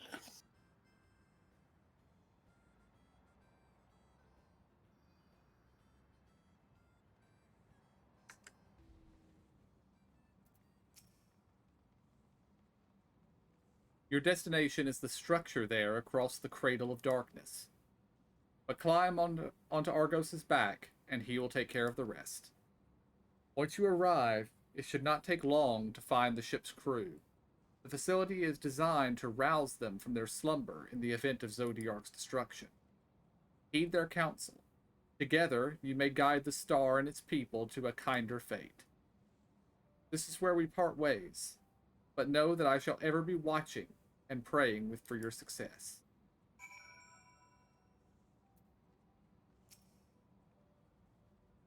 Our allies' assurances notwithstanding, we cannot be certain what awaits us on the other side. So perhaps it would be best if we did not all go at once. I propose the two of us cross first, while Thancred and Urianger wait here.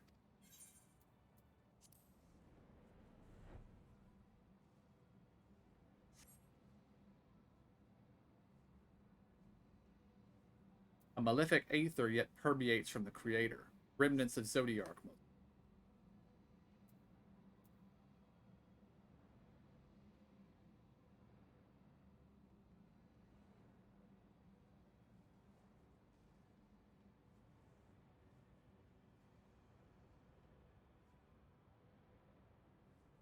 Just a little further.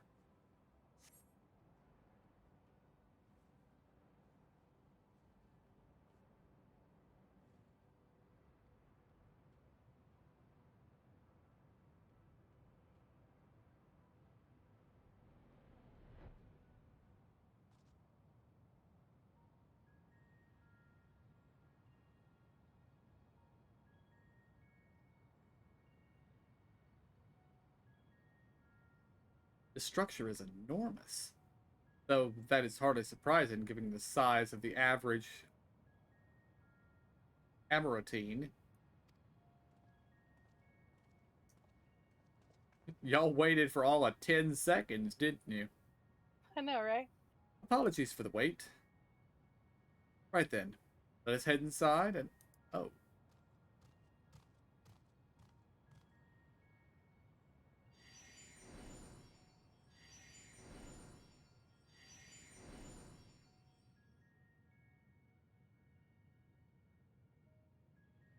Most intriguing. A means by which he conserveth energy, mayhap? Well, I certainly wouldn't want to blink out of existence on our account. Helpful as he's been.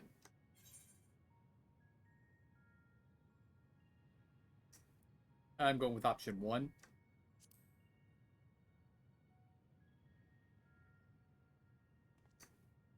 If Arcos is to remain without, let us not keep him waiting over long.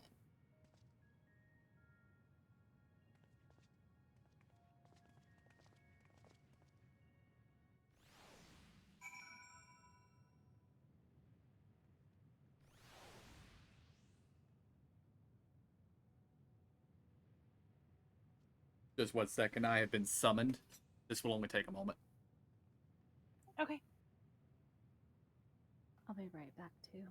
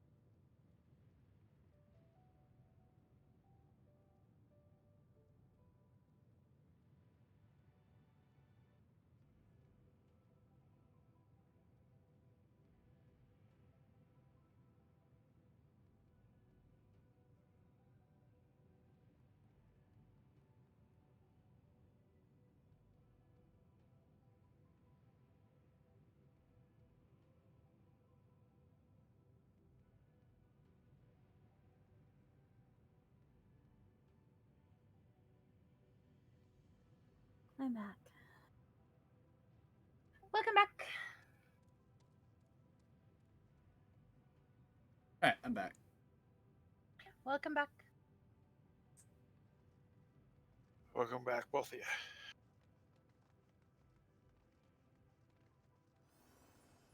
The door is even bigger than it first appeared. Mm-hmm.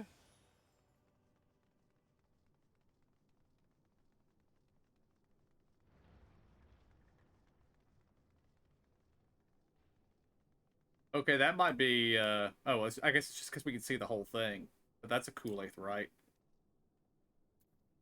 Oh, yeah.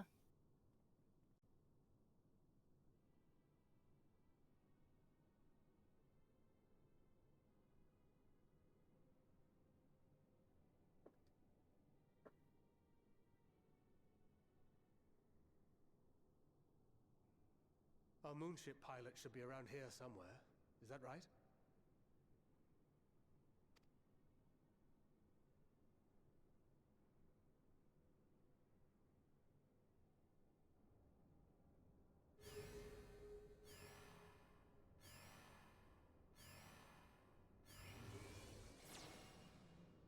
Oh, they're cute! They are adorable.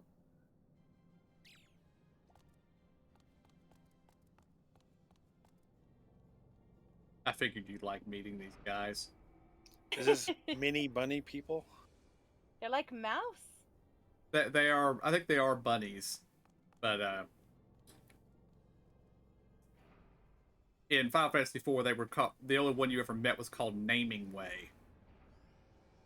But he was called that way because he could rename your characters for you.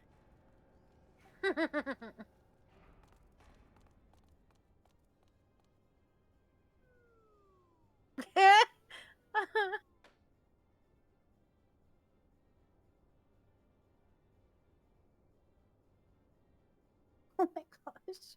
I want them. Or if you can play one. Look lively, everyone. New race. I know. This 1243rd inspection is a mite ahead of schedule, but it is of the utmost importance. For Zodiac, alas, is no more. As of now, our mighty moon has a new purpose: to bear the people of Aetheris to safety. Our time has come, my friends.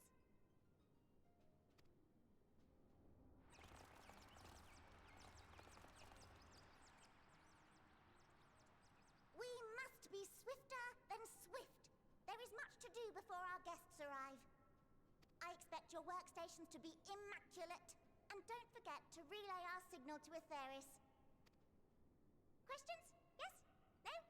Maybe so? No? Then hop to it!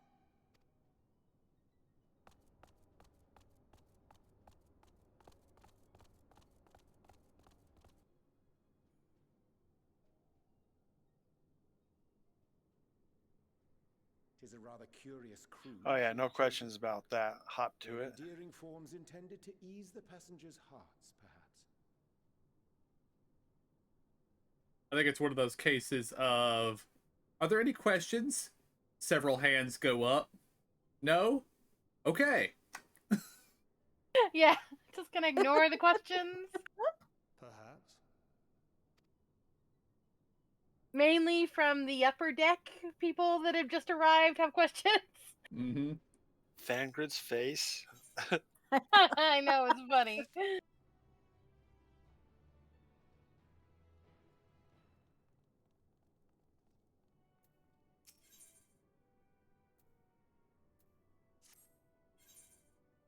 I just realized that I have had my game volume turned down very, very low, so give me just one.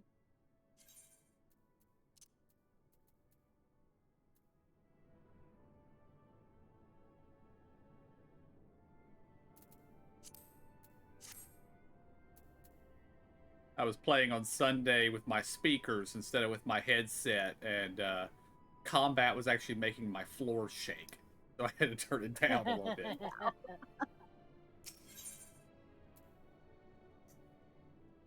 This is Final Fantasy IV music playing, by the way. Nice. They must be the Laportis mentioned in the Watcher's records. Not at all what I expected, but the Watcher did bid us heed their counsel. I assumed the one who gave that rousing speech was their leader, though we might have to ask about in order to track them down. Come on, let us be about it.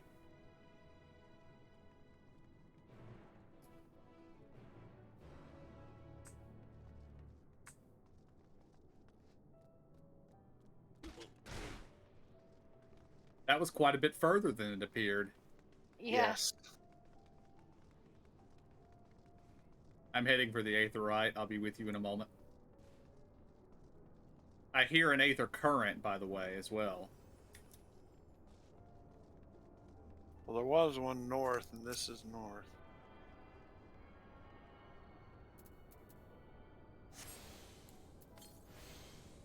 Oh yes, still north.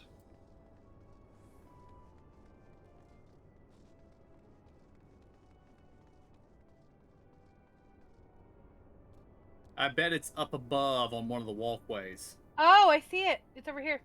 Oh, you do? At least I see one. That's probably the one that I heard. Right? Or... Oh yeah.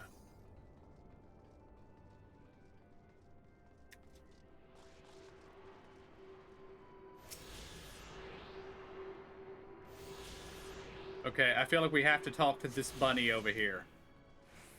Just because his name is Dancing Way.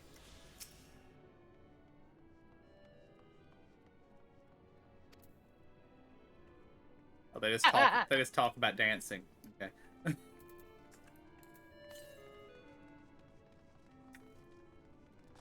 When you hear music, is it true? Can you turn it off?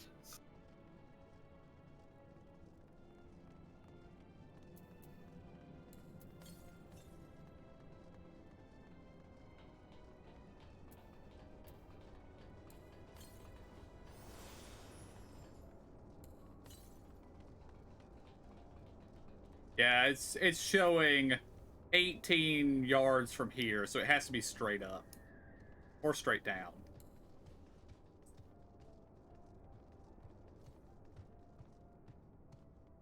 I'm gonna go back and talk to the NPC. I don't think we'll be able to get up there from here. Because getting up high is very high.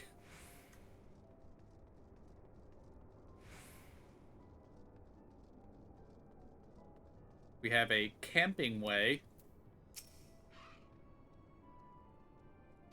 Who talks about camping. We have a trading way, who is the gemstone trader.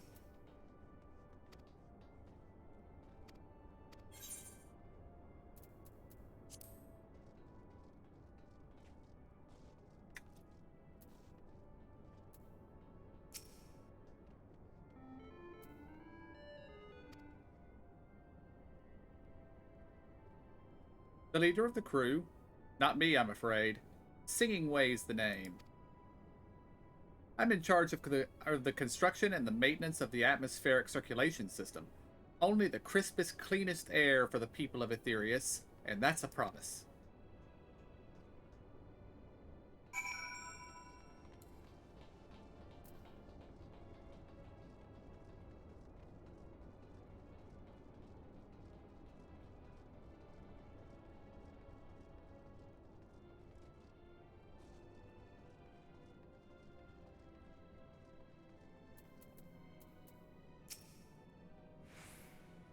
Hmm?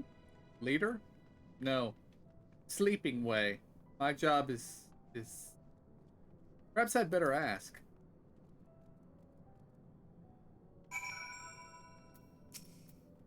Well, who do you go ask? I think he's gonna go sleep. Yeah, probably.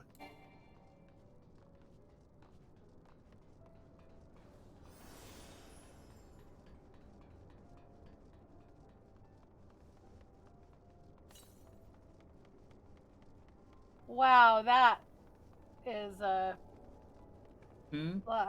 armor for the Loading. chocobo.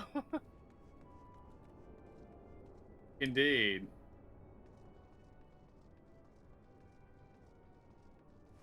There's a nothing way over there. Well, we're gonna have to go talk to that one, I believe. I wonder if he's just gonna say nothing.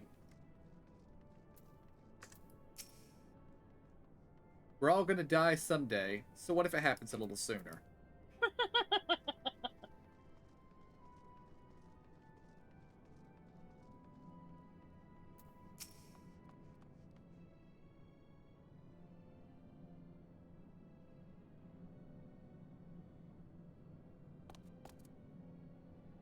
What?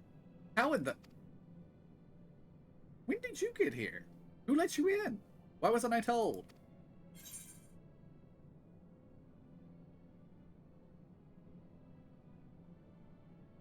I so want to say the first one. I'm gonna do it. I did it. Leader, yes, look no further. I am the one you seek.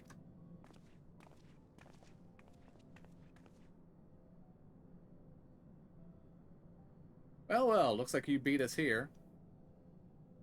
Your friends, I take it. Is this all of them?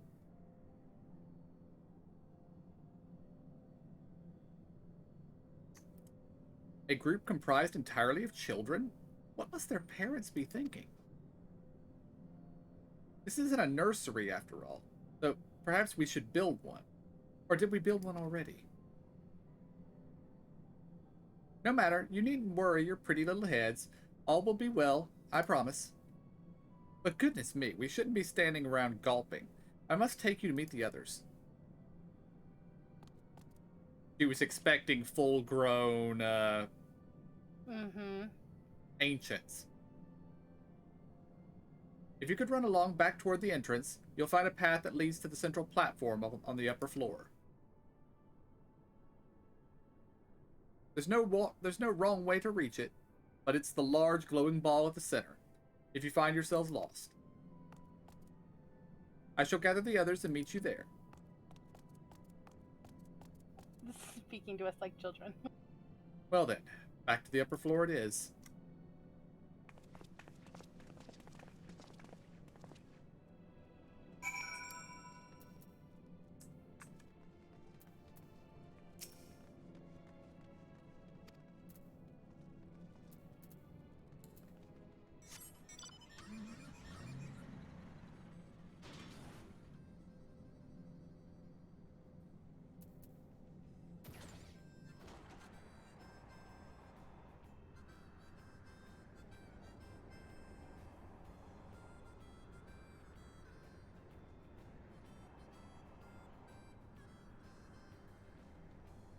I think it's the other way, isn't it?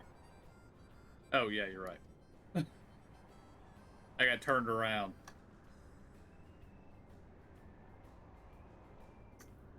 But it just said there's no wrong way to get there. I know.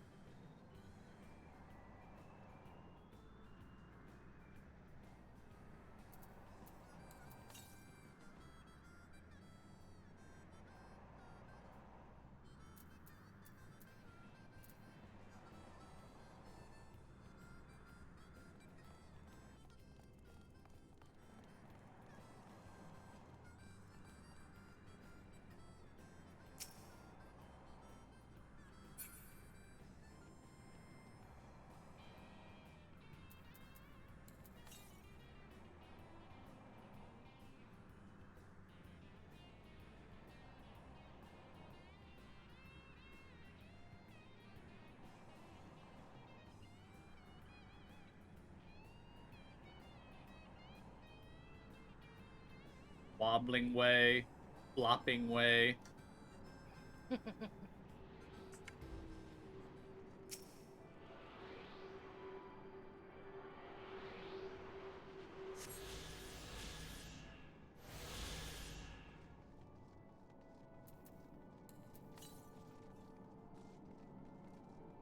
Well, that's rude.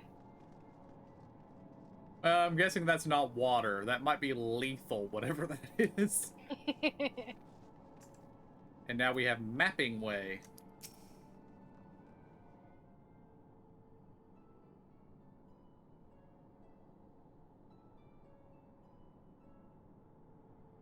Right, of course. Introductions are in order. My name is Livingway, and we are the Loporits, created for the express purpose of commanding this ship and bearing the people of Aetheris to a brave new world. More specifically, I am the one whom she charged with the execution of her most vital plans. You might say I'm her right paw. Livingway's the name, map reader and navigator of the heavens.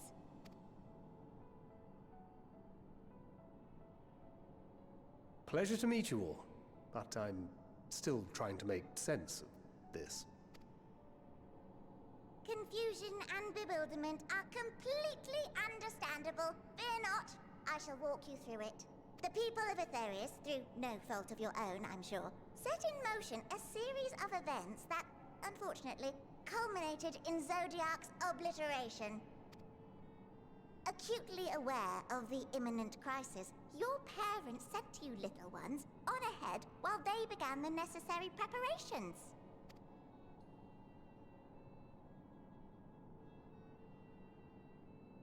Still not following?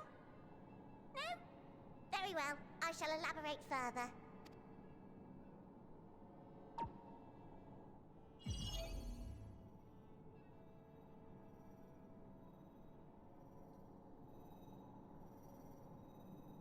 Here, we have Atheris, your home, and the moon, where we are now. Without Zodiac around to keep things lively, so to speak, the celestial currents of the star have doubtless begun to degrade. A calamity of apocalyptic proportions will be visited upon Atheris, bringing an end to all life. Very sad, that.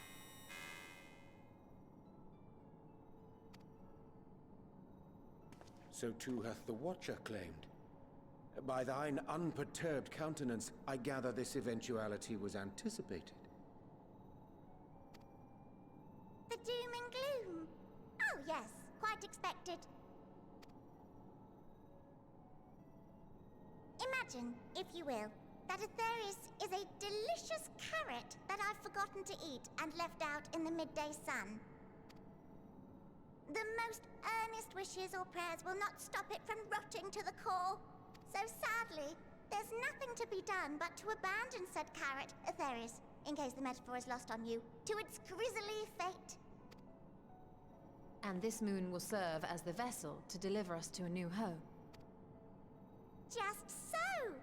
We will gather up as many people, supplies, and resources as our stores will hold. And then, once everyone is aboard, it's off to another star. Easier said than done, admittedly, for one does not simply hop from star to star on a whim, which is precisely why we've spent countless years constructing the most propulsive of propulsion systems. We ought to make it to our destination in 2 shakes of a rabbit's tail.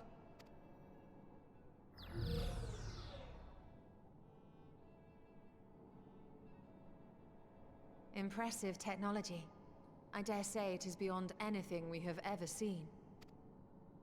No need to shower us with praise.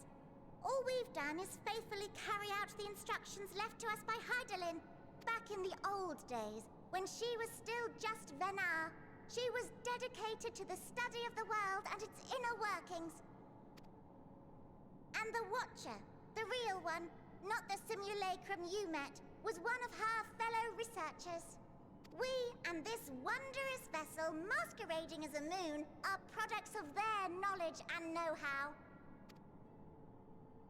There's certainly more to you all than meets the eye. Might I ask where exactly you intend to take us? We identified a few promising candidates for resettlement some time ago, but we cannot guarantee that they are fit for habitation. Moreover, the ship can only travel in short bursts. We intend to go down our list, hopping from star to star, until we find one suitable for resettlement. No need to worry, though. The vessel is being refurbished with accommodation for an extended stay as we speak. While we did have to rely upon outside help to determine what amenities were essential, I dare say we have risen to the challenge. Help? From who? From you and yours! Who else? Each time we woke to perform regularly scheduled maintenance, we were greeted by the resources you sent us. What better way to learn about preferences and proclivities of our present-day charges? So that's why Charlene has been gathering stuff. Yeah. Ah, but you're still adorable little children. Perhaps your elders were responsible for the deliveries. I'm not sure what led you to conclude otherwise, but I can assure you that we are all grown men and women, and I very much doubt my elders know this place exists, much less how to send you so much as a starlight missive. What?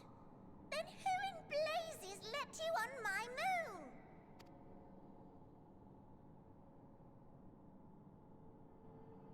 Hydaelyn herself led you here. You don't say! Well, that's really not children. Then why are you so small and stunted? Like little baby carrot people. Well, Amarotines were a great deal taller. In the present day, persons of such prodigious size are exceedingly rare. So, you're saying everyone's not like the Watcher? Oh, confound it all!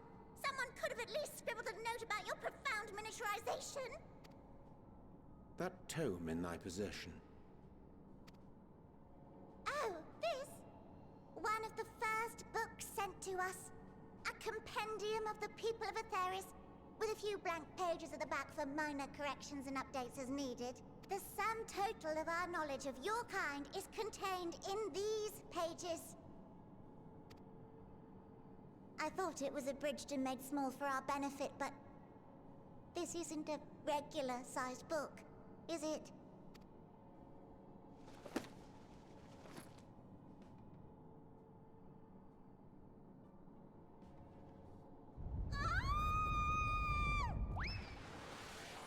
We're gonna tell him about the Lalafels, right? Building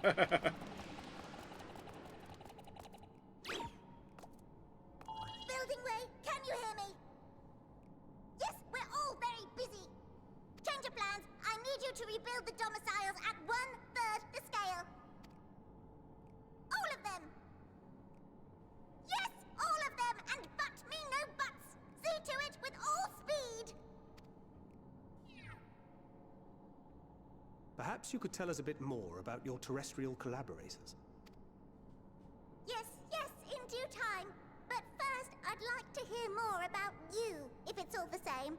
I'd rather not risk any other complications due to outdated knowledge of our passengers-to-be.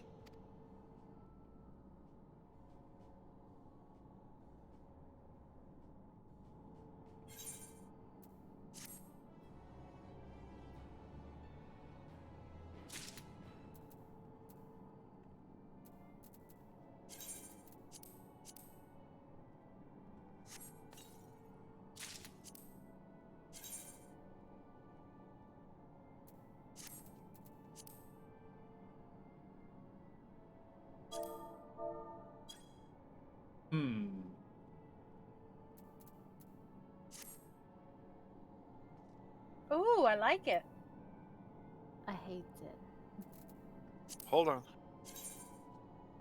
I like No, I don't- doors. I don't like that one, Michelle. I know, it's not cute.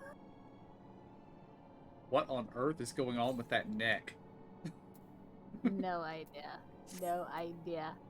You guys are way ahead of me, apparently. We didn't click the quest, KJ. We opened the box that we just got. I'm not done through watching the show. Mine is about as Dora's. I would imagine y'all are just recolors of each other. Well, mine's short. Oh, interesting. Mine doesn't even have the luxury of being long.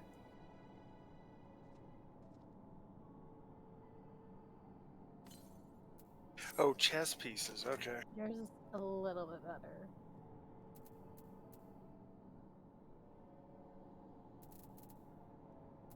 I'm not upgrading my outfit yet.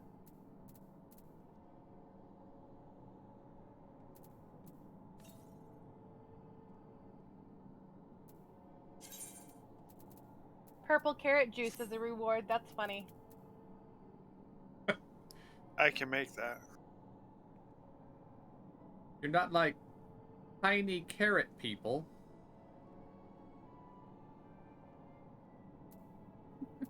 Just in case the metaphor's lost on you. Indeed.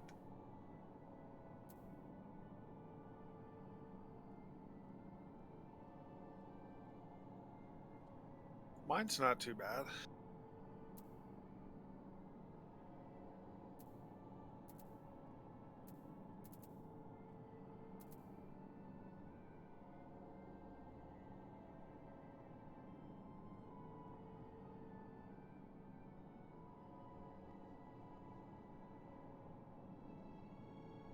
Apparently he's going to keep what it looks like to himself.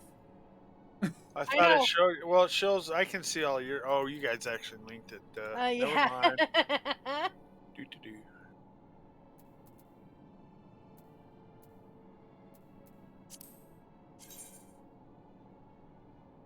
Yeah, that's actually probably the best one. But the bow sucks ass. Oh yeah, the weapon was not particularly good. I mean, what the hell's a big ring for? I actually feel like we've had this exact same model before, just in a different color. Yes.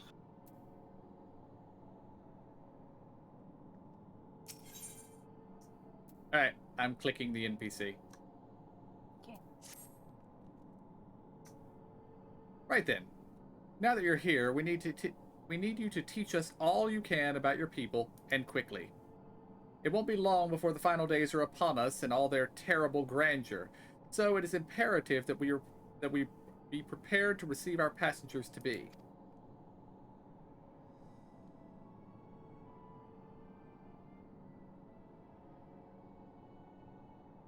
I just saw the alert down there in the chat. I was just checking to see what it was, see what the time actually was. Yep. If there is anything at all, that may displease them, it must be addressed post-haste. And address it we shall. We are the best here at Best Ways Burrow. We have assembled everything required to offer our guests the best way forward. we have produced myriad amenities we understand to be essential for day-to-day living, and I wish to hear your opinions on them. I'm sure you've all worked up an appetite, so why don't we start with foodstuffs? Meet me at the Caratorium, and we'll see about your filling your bellies.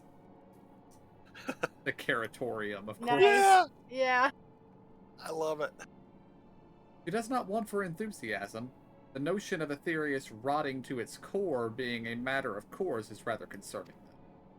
Nevertheless, let us take this opportunity to learn more about the Loperites in this vessel. Is anybody else getting kind of a feeling of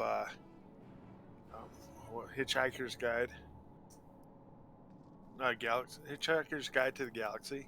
I can see some of that, yes. Nonchalant and everything. I was just like, whoa. Well, when in doubt, read the cover. Yes. It makes more sense that they were saying the Shalaran, the guys of the, I can't remember the name, sorry, that they were saying that they would know if it was the final days. Well, we didn't send it a motion until just now, but... Mm-hmm. I imagine they have received the alert at this point. Yeah. Yeah, and they're the ones that gave the book. Yep. Oh, yeah. Oh, we have to go down.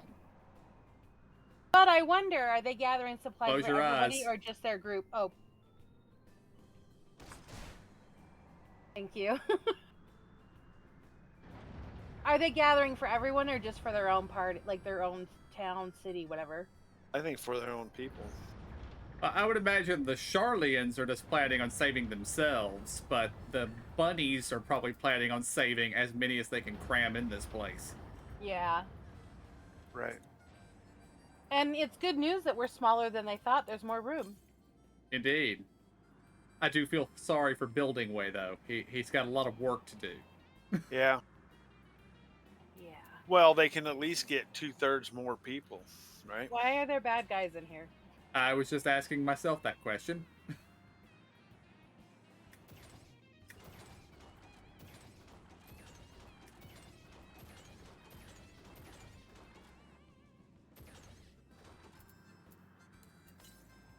Is there an aetherite current over here? Somewhere around here.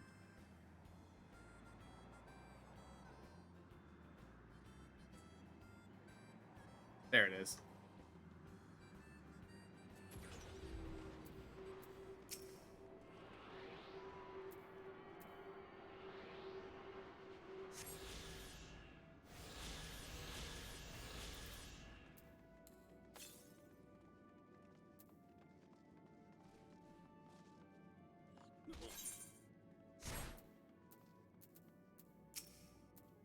Might actually be another one in this room somewhere. Welcome to the Caratorium. Here we create prototypes of the various sundries required by our soon-to-be passengers. Allow me to introduce you to the head of foodstuff production. Cooking Way, pleasure to meet you all. Our work has involved no small amount of trial and error, but after many, many cycles of painstaking labor, I dare say we have created the finest cuisine our guests could ask for. I've learned all about the essential nutrients for a healthy and balanced diet from the reference materials we've received. Oh no, they've made Archon loaf. Why, I've Yeah. practically worn the words from these invaluable pages. Naturally, we've also considered ease of growth and production. We will not want for ingredients. I must insist you try some. We have a fresh stock recently prepared on account of, well, because we just woke up, and we are all quite famished. Hop along the platforms here, and you'll find the storage unit full to bursting with delectable delights. Help yourself to anything you like.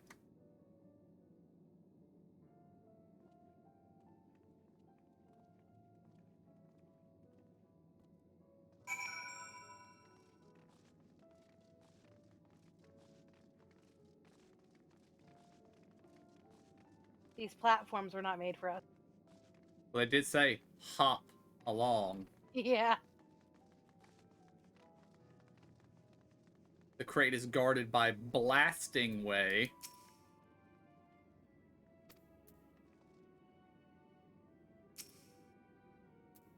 You open the storage unit to find a rainbow-colored assortment of carrots.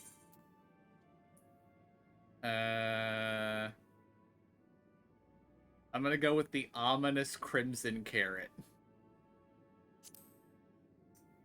The soft texture and redolent aroma of this crimson creation belie its staggering weight. The excessive length and girth only compound the mystery, leaving you perplexed as to the nature of this carrot. Are you certain you wish to eat this carrot? Yes.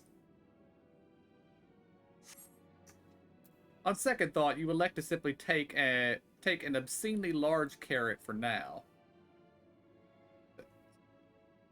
Due to its bizarre qualities, it would be prudent to ask Cooking Way whether it's safe to eat first.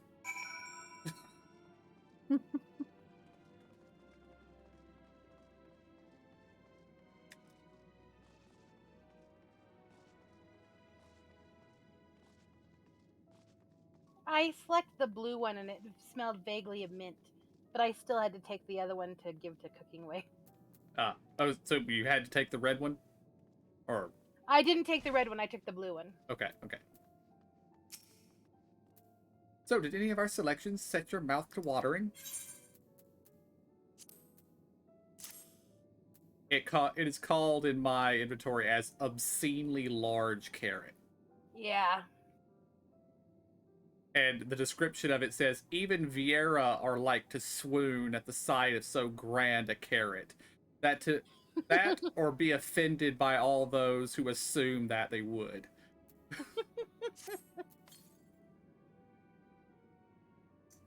Ah yes, a fine choice. One of my personal favorites, actually.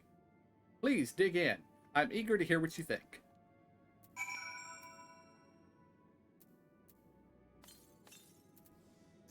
With great trepidation, you take a bite out of the carrot. The carrot is oddly tender, but as you begin to chew, a rich aroma fills your nostrils. A newfound vigor begins swelling within you. The rumbling of your stomach, however, suggests it may simply be indigestion.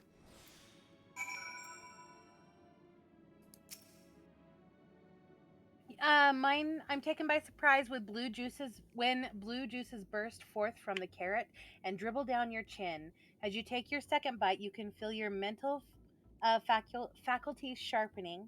Your mind opens to the universe, and for a brief moment, the mysteries of existence are simple, transformative truths. But the revelation is fleeting. When you at last finish the carrot, a sweet yet sour aftertaste lingers on your tongue, and the number 42 in your mind. We've got some more Hitchhiker Guide stuff, KJ. I got the blue one too, and I'm just glad she read it and I didn't. Psychedelic carrot as well. What did you think? Unlike anything you've ever tasted, yes? The iron carrot can be a bit difficult to digest, but the boost to endurance it promises make it perfect meal before a day of heavy lifting. We have plenty of other varieties too. Bleeding carrots to improve blood flow, dream carrots to help with sleep. You see, we have a carrot for every occasion. Mine's a philosopher's carrot. And I'm wondering whether I should say 2 or 3. I'm doing 2, even though I'm a bunny person. Well, 2 sounds like it's probably going to be funnier, so I'm going to go with 2.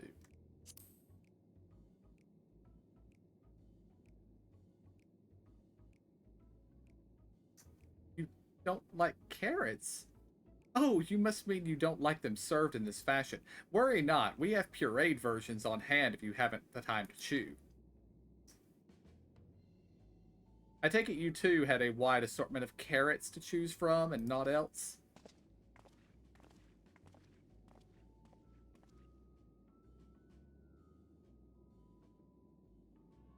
If I may ask, what exactly did these collaborators share with you about cuisine on Aetherius? Surely you are aware we have an abundance of dishes and foods you could emulate. Of course we are. But, well, it was only quite recently that we established contact. Even holding a conversation was a struggle at first, so imagine our surprise when they sent a mountain of books and documents with no clear instructions. The sheer amount of information was overwhelming. If it wasn't for that encyclopedia I found, we would have been at a loss of where to begin. And so we decided rather than divide our resources to prepare a variety of middling or potentially unsatisfying meals, it would be more efficient to devote our efforts to the production of a single perfect food. It's all well and good, but man cannot live on raw carrots alone. Have you considered cooking them? You mean steaming, boiling, roasting, and the like? I suppose we could prepare the carrots in other ways, but our primary concern was efficiency. And what's more efficient than sinking your teeth into a carrot fresh from production? A rather strange approach to take for one named Cooking Way, isn't it? Well, technically speaking, Cooking Way isn't my giving name. When first created, we were all named in the old tongue. You know, the otherwise impenetrable parlance the Watcher speaks. After we received a great tome of words, a dictionary that is, from our collaborators, we learned your language, adverbs, gerunds, present continuous verb conjugations, just the basics. Then we found the terms related to our giving tasks, and used them to form new names. Aren't they helpful? No, not really, but it does explain a great deal. Wherefore did thy kind deem such a change necessary? When the rest of your people arrive, we want to be certain they understand immediately what each of us does. You'd never be able to pronounce our original names anyway. I see.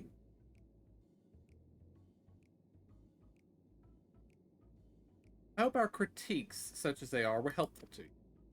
Though, if you should decide to preserve flora and fauna from Aetherius as well, you would be able to offer your passengers a more balanced diet.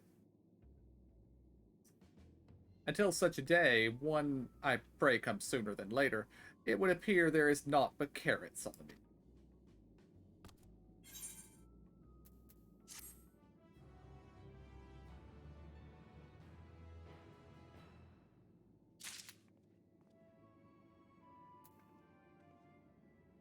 Which carrot did you pick, Zora?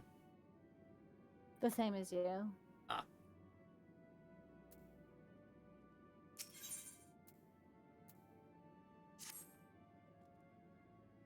Then we've had our fill of carrots for now. Let's move on to other necessities, shall we? Our clothing production is sure to impress. This way.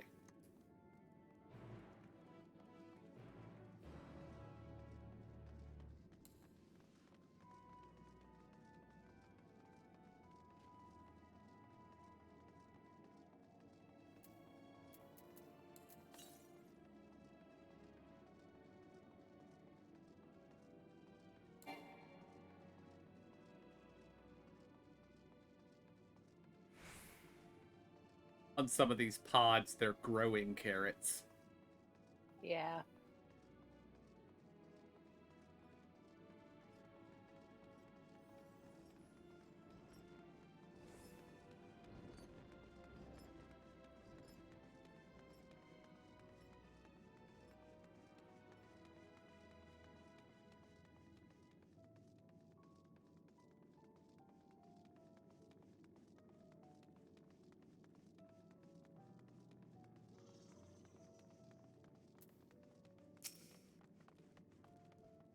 Here we are, the apparel production station.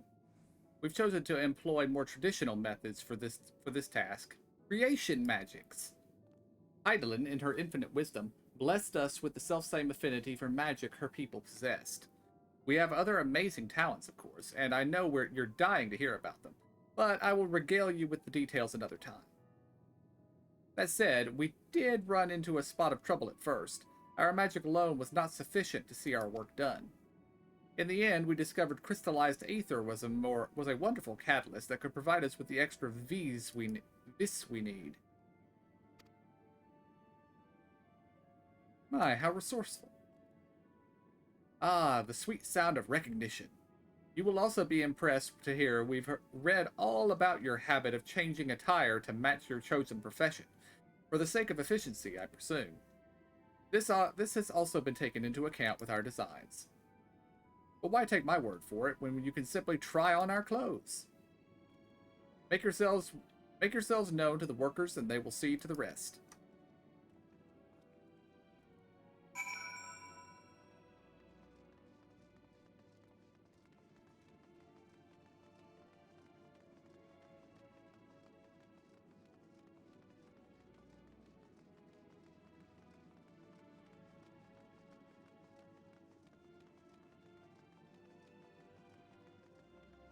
Are they going to turn us into bunnies? There's a lookout point on top of this thing.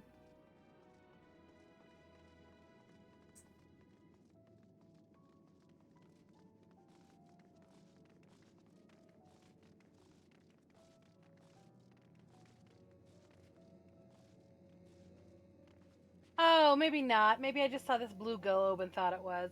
Oh, how disappointing. I would imagine there have to be at least a couple of them in here, though. This place is too big not to have some. Ah, it's you.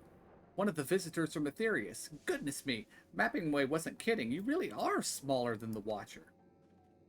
Oh, right. You're here to try on a set of clothes, yes? What would you have me fashion for you today?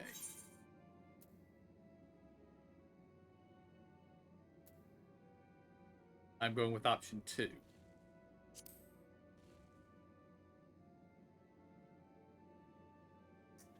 Simple and functional.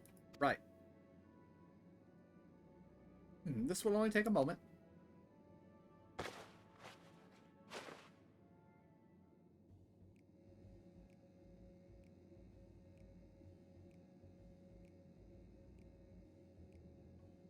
It looks like the cousin of a burlap sack. There, we're finished. All finished. A perfect fit, if I do say so myself. Nothing too billowy or frilly, as you can see. Also light and durable, sure to serve you well wherever your travels may take you.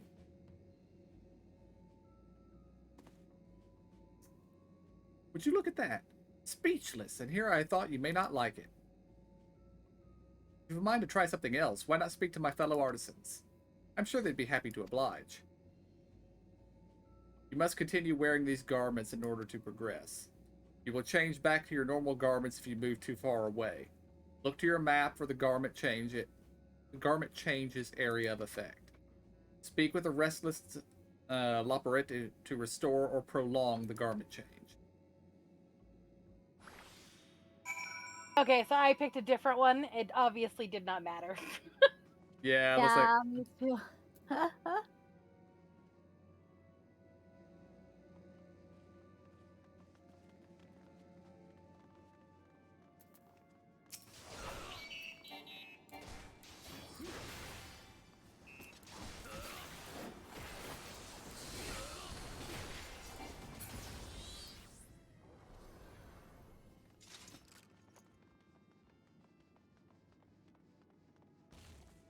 The combat music is Final Fantasy IV's combat music. First time I've noticed that.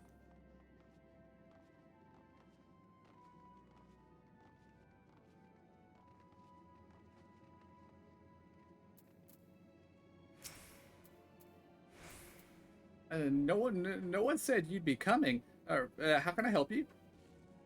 You wish to try on my clothes? Really? Of course, it would be an honor. Did you have anything in mind? I'm going to go with option 2 again. I went with 3. I think I can handle That's that. what I did too. Let's see.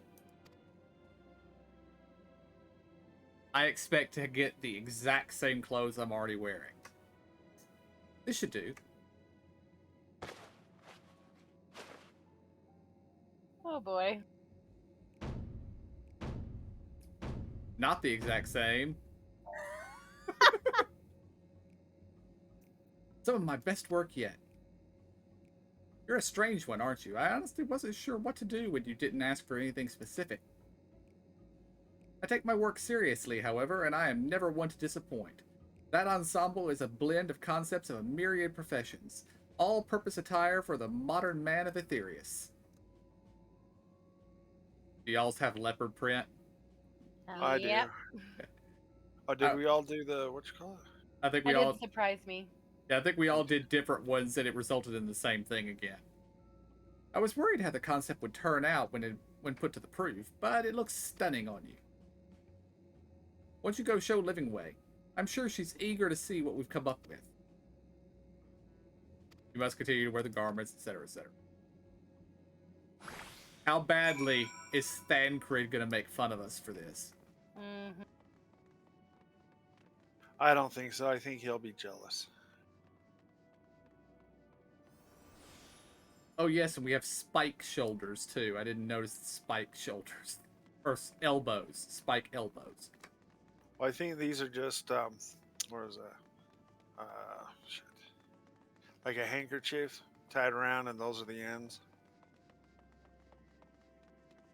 Indeed, indeed they are. It's just when running, it looks like spikes. Yeah, it's the same pattern as the cloth head one, head bandana I can make. Hi, don't we look splendid? Result of much trial and error, but I know quality work when I see it. Shh, you needn't speak. I can see your adoration for the moon, and we loporits in your eyes. No doubt your friends feel the same, having sampled our creations. Oh, this is gonna be good. Oh, damn. Oh, shit.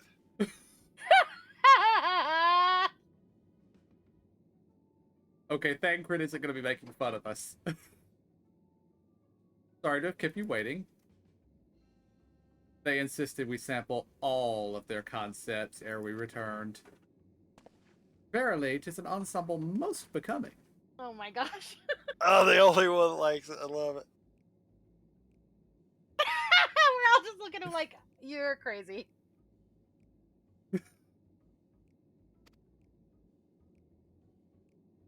I think it's past time we return these clothes.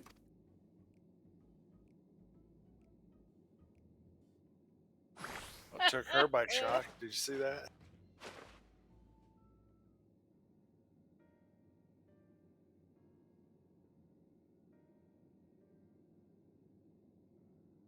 I was so confident our garments would meet with your approval. Oh, wherever did we go wrong? The Watcher taught us that, in his time, everyone wore the same robes. To do otherwise was against social etiquette.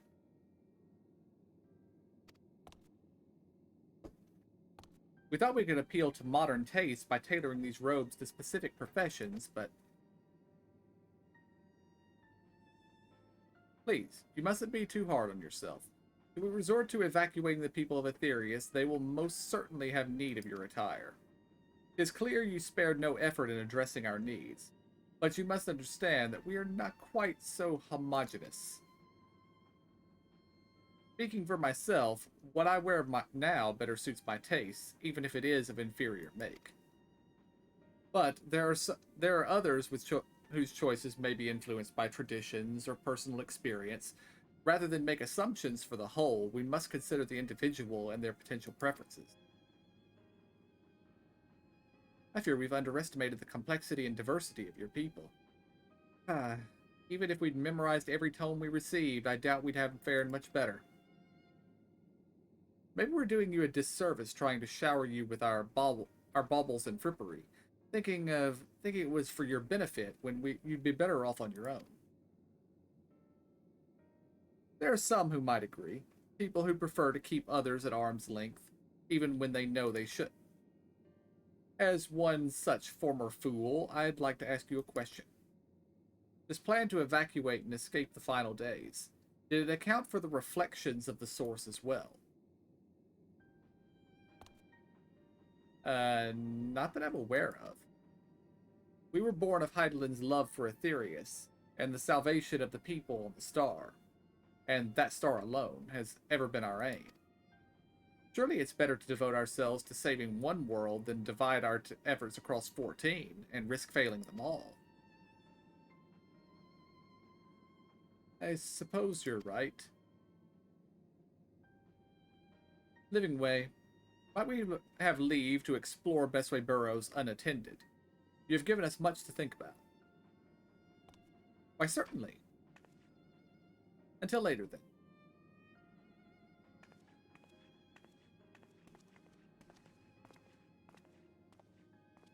If I may, I should like to accompany thee a while longer. Really? I mean, you're more than welcome to. There was actually something I wish to speak with you about. Let's be off then, shall we? Is she gonna come back speaking like a Rianche? I hope not. Probably. A mini Euron, Jay. Euron, yeah.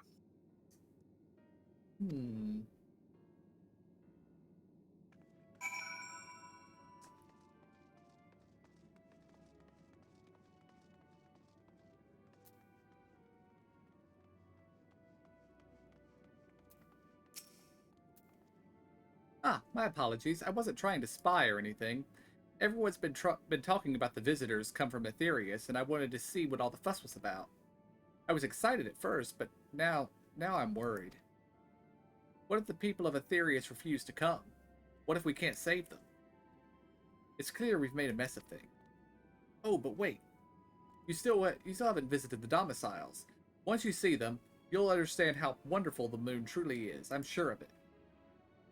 I'll be waiting for you by the teleporter near the entrance. Oh, and the name's Growing Way, by the way. See you soon.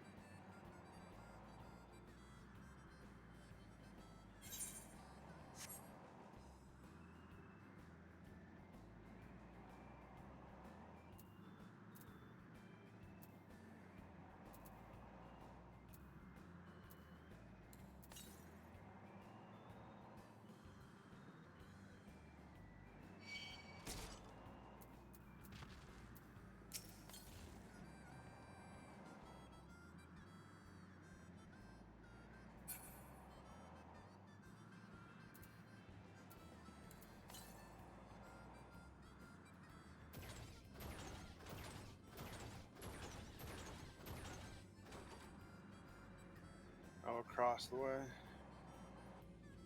Ah.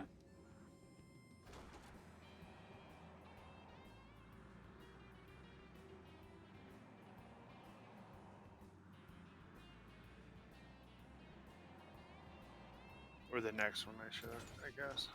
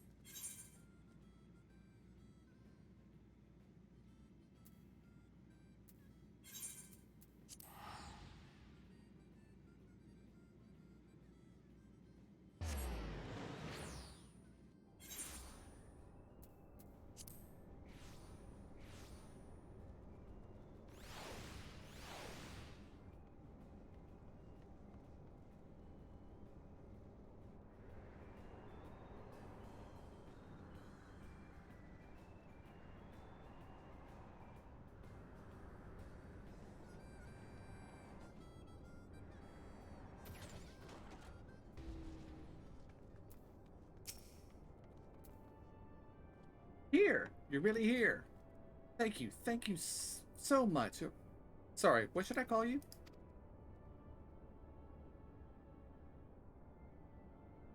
Crikey, even your names are amazing. Well, we'll be using this teleporter to enter the residential area. Whenever you're ready.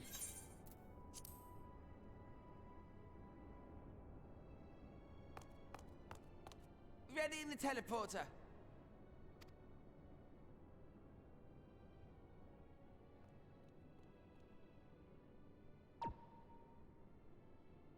Suppose I should have expected the Australian accent when he said crikey. Mm-hmm.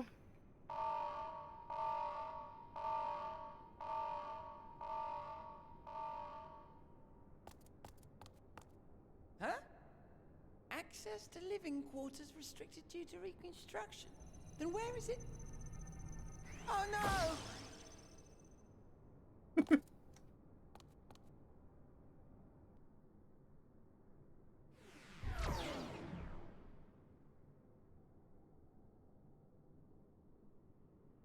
A private audience, as thou didst request, for reasons I know not.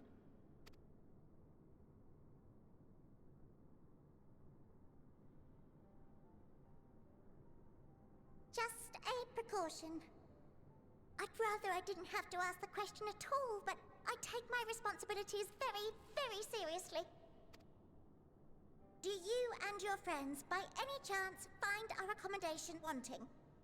Be honest, brutally even. 'Twould be ungracious of me to belittle the efforts of thee and thine. Lovely sentiment, really. But the disappointment is writ plain on your comrades' faces. It's all the more frustrating since no one will come out and say what they find wanting.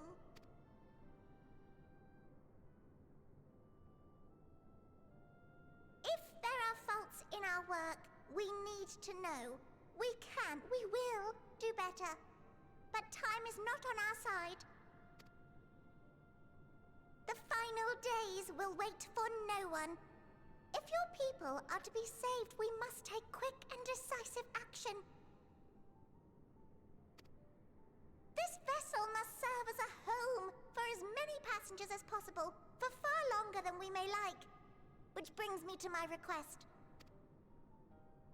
Our collaborators on Atheris are doing what they can to prepare for the voyage. Would you be willing to go and lend them a hand? Having seen the moon for yourself, you could speak to its many splendors, learn what else they might require, and assuage whatever concerns they have. Wherefore wouldst thou entrust me with such a task? How to put it? You're the only one who appears not to be wholly unsatisfied with our work. Oh, quite good at pretending that's the case, at least. Calm, collected, tactful to a fault. Very particular with your words, too. You understand that, in the face of great danger, one cannot pursue perfection at the expense of practicality. The difficult choices must often be made for the greater good.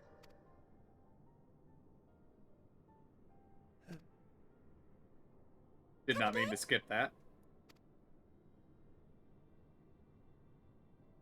Ah, idle musings.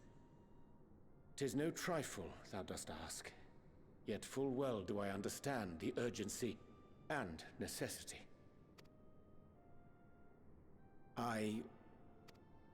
Oh, dear me! Dear me! I was terribly sorry for the mix-up. It's a bit of a malfunction. I hadn't realized the residential quarters were inaccessible, you see. But you're still in one piece. So, all's well that ends well, yes? Won't happen again. I promise.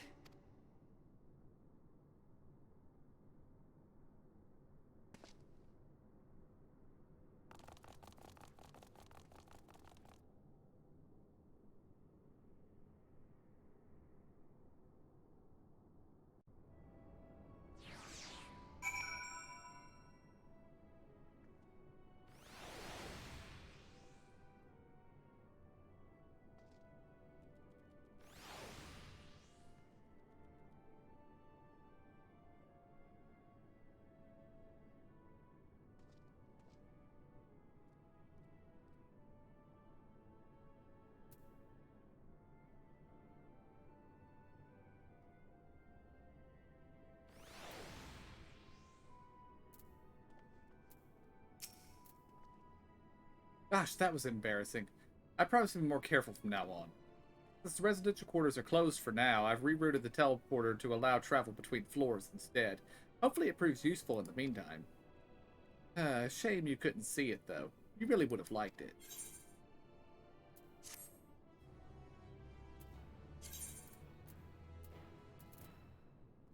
You can now travel between the upper and lower floors of Bestway's burrow via the teleporter.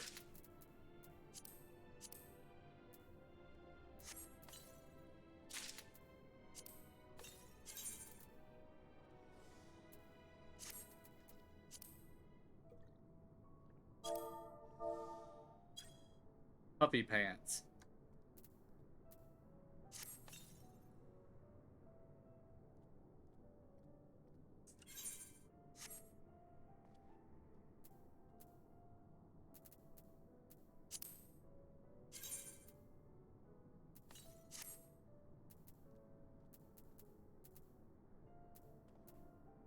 Zora gets even puffier pants. Mm-hmm. And KJ gets less puffy pants.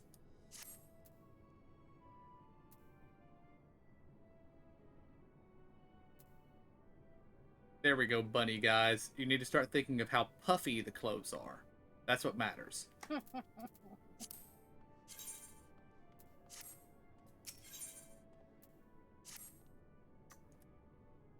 It may not seem like it, but we've been planning for this far longer than I'd care to admit. Each time we woke up, we'd have long discussions about how to save as many of you as we can. Felt like everyone had an opinion on this and that. But the one thing that we all agreed upon was that the people of Aetherius wouldn't take action to save themselves until it was far too late. That's why we're striving to make the moon a vibrant, magical place they'd hop at a chance to visit, rather than waiting for the flames of oblivion to get them off their tails and force them to accept our invitation. Residential quarters may not be up to the necessary standards just yet, but there are plenty of other places worth seeing. You've already had a look at the Caratorium, but wait until you see what's waiting for you at the east end of the burrow. Follow me.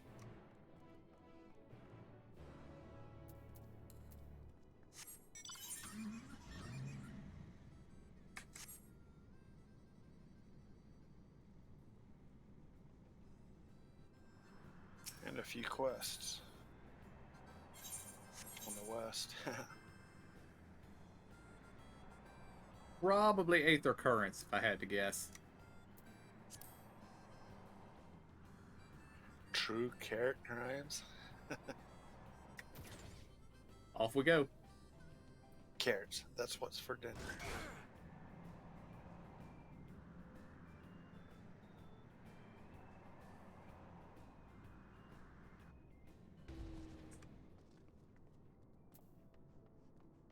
Yeah, since we're nearing the end for tonight, I figured we'd just push forward on MSQ and grab those next time. Good, you're here. So through this door is the greatest Insvale. It was named as such because it's the veil to end all veils, the most beautiful forest you've ever seen. We understand the people of Aetherius enjoy taking leisurely walks through natural spaces and the like, so I'm sure you'll enjoy it. How about we start a nice stroll to the fountain? This way. How many things in here are going to try to kill us? At least half.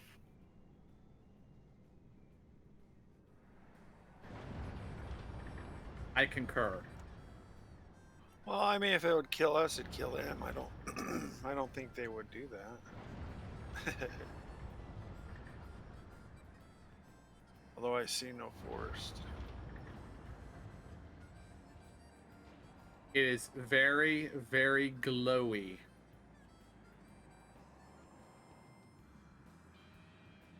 Oh, I see the forest. Those could be considered some kind of maybe trees. Mm-hmm. Green tile on the ground for grass. Well, those over on the left are more trees. Oh, yeah, little. With the green eggs on top. Yeah. It's pretty. I have a solution to their problems. Let's take a group of them back with us. Oh, Yes. yeah. Dump them in the middle of Limsa Laminsa and say, we'll see you in a week. No, not No. Limsa. Let's do Gridania instead. True. True. So what did you think of the forest? It's Isn't it positively pleasant? Simply sublime?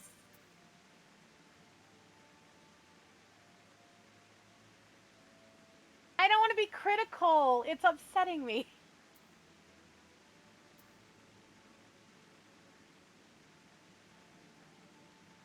I'm gonna go with option 1.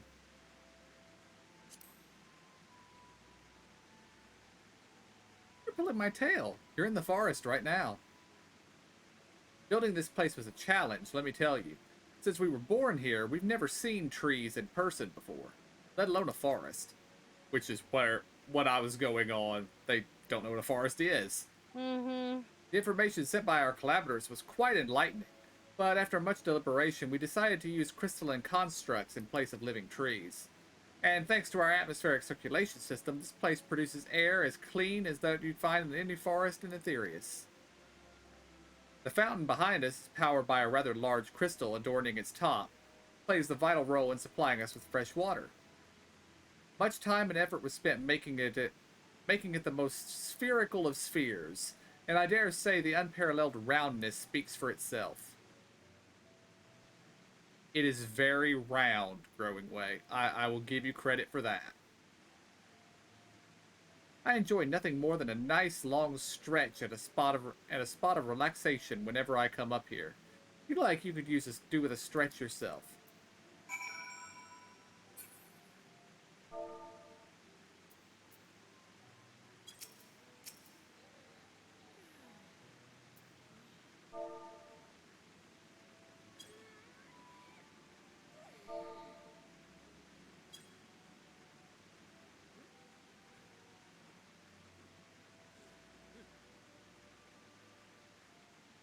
That's the spirit.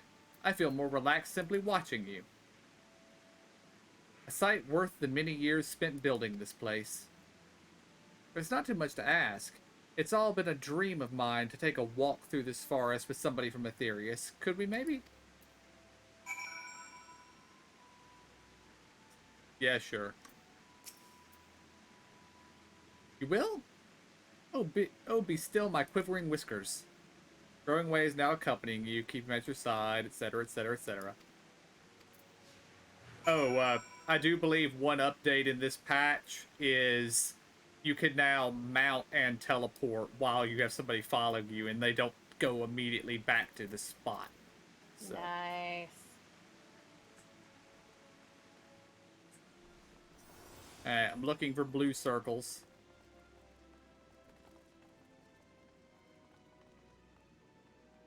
Before I step in the primary quest circle. But Yeah. I'm not seeing anything. Oh wait, I do see one. Oh, it actually appears on the map.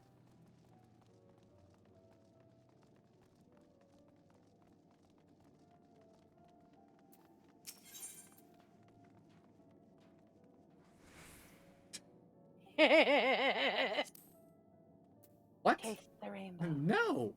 I'm not sure what it is you do with crystals on Aetherius, but we don't eat them, and certainly not this one. It's possessed of all 6 elements: wind, lightning, fire, earth, ice, and water. We use crystals like these to maintain the moon's elemental equilibrium. It's worth mentioning, though, that because of Heidelin's influence, being the embodiment of tranquility and stasis and all, manipulating the elements here is different than it might be on Aetherius. A conjuring of fire would simply dry your clothes, then singe them, for example. But simply the etheric conditions are ill suited to growth, which is why the surface is mostly barren. Of course, this was all necessary to keep the raging energies of Zodiark in check.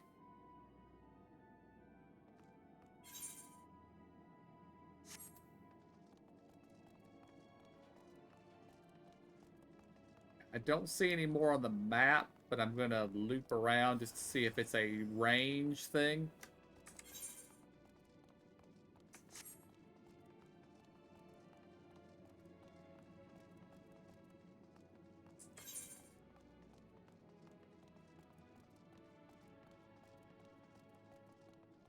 Oh, there's a slide up here. Hmm? Looks like kids playing.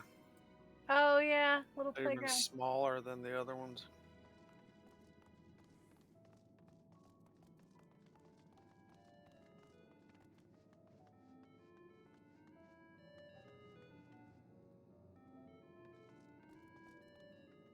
Oh, this little guy is getting dizzy because it's too tall.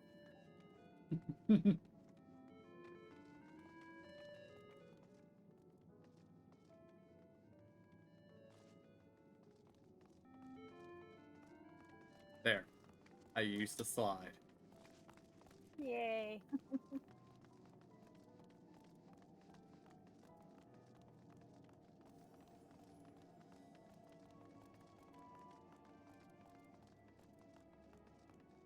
Alright, I didn't see any more speech bubbles appear on the map. So. To the quest circle we go.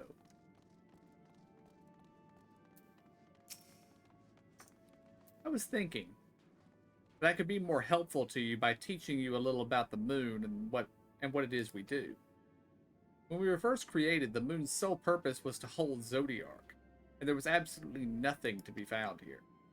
Eventually, Hydaelyn gave us our first task: furnish the moon with propulsion systems capable of facilitating travel to other stars. It sounds impressive, and I suppose in some respects it is, but it was only possible thanks to all the knowledge Hydaelyn shared with us. We also had a lot of time to get it done. 6,000 years, give or take. But anyway, let's keep going.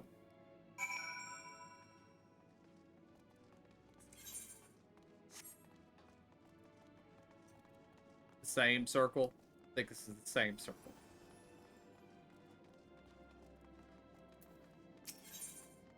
It is the same circle.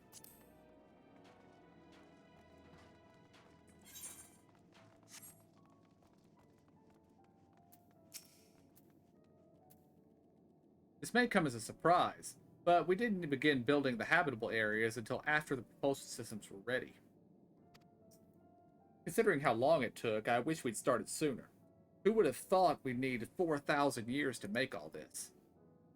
It certainly wasn't work you dare rush, either. We had to create infrastructure and countless supporting systems, some of which wouldn't be operational until hundreds of years later. And then there was that brief period where our productivity came to a screeching halt, when the bizarre red satellite was sent up after Aetherius, the Allagan's mischief, I think.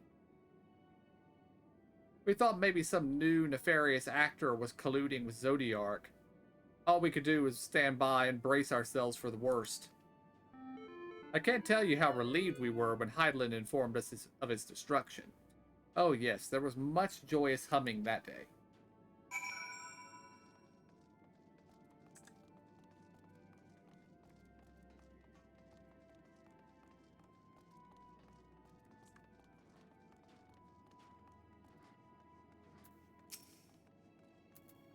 Hey, do you notice anything peculiar about the treetops? I mean, apart from the fact that they're massive crystals and not trees. I'll give you a hint. It's the golden rings emanated from the glowing spheres. Along with the device fixed near the ceiling, they fulfill a role similar to our sun, and do so better even. The sun and similar celestial objects in this great expanse radiate energy that is harmful to your bodies. These rings shield you from that energy while allowing you to bathe in the perfect amount of sunlight, or rather a close approximation of it. Pretty impressive, wouldn't you say? Oh, and if you look closely, you'll see different types of trees have ever so slightly different curvature. Yes, indeed, this forest is truly the greatest.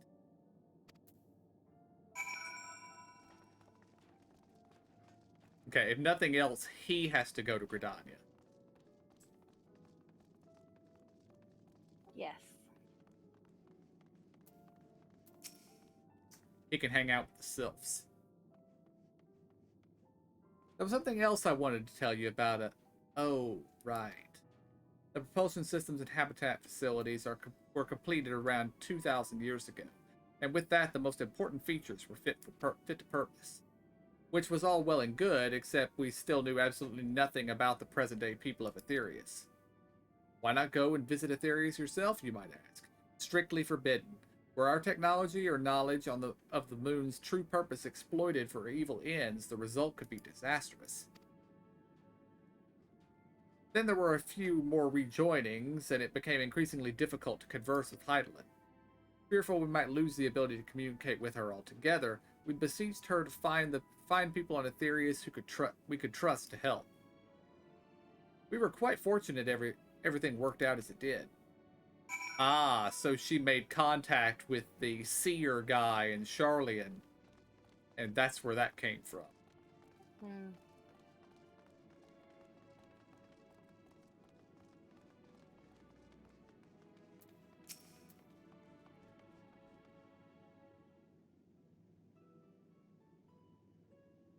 With the exception of routine inspections and maintenance, we remained asleep and waited hopeful Heidelin would find someone who would help us. Eventually she did, and though her power was waning, we were able to speak to them directly for a short while. We shared with them everything we could, including our knowledge of the heavens and a means to travel here to the moon. They certainly didn't waste any time with what we taught them. No more than a few years later, our collaborators found a means to convey messages and supplies to us from down below. And all the letters, books, and other resources they sent, we learned enough to start making more meaningful changes to the moon. And now you're here, hopefully enjoying yourself as much as I am. I knew you would like the greatest Innsvale. I knew it. Thank you again for coming here, by the way. I know it was just a walk through the forest, but it meant a lot to me. There you are. Think you've already received the grand tour? A shame we missed it. Growing Way, I've been looking all over for you.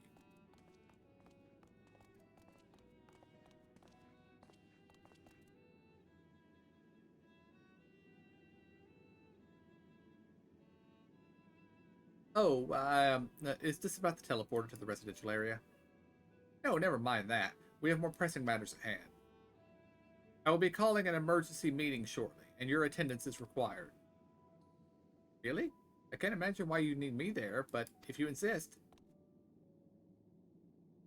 We won't be away long. So, you all are more than welcome to continue looking about the burrow. Now, come along, Growing Way.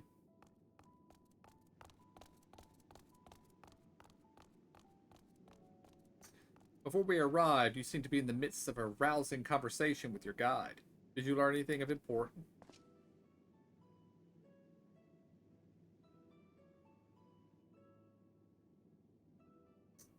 They've spent 12,000 years preparing for this?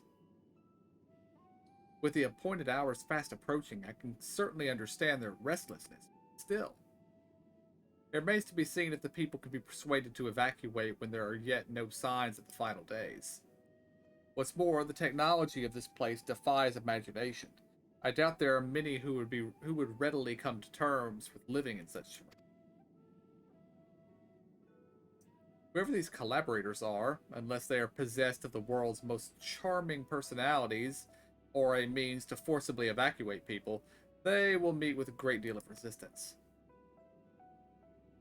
Indeed, even if faced with annihilation, the decision to forsake all one knows cannot be made lightly.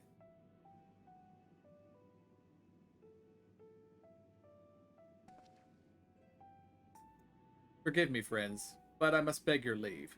There's another matter which yet begs for mine attention. Of course, we could accompany you if you like. Nay, that will not be necessary, if you will excuse me.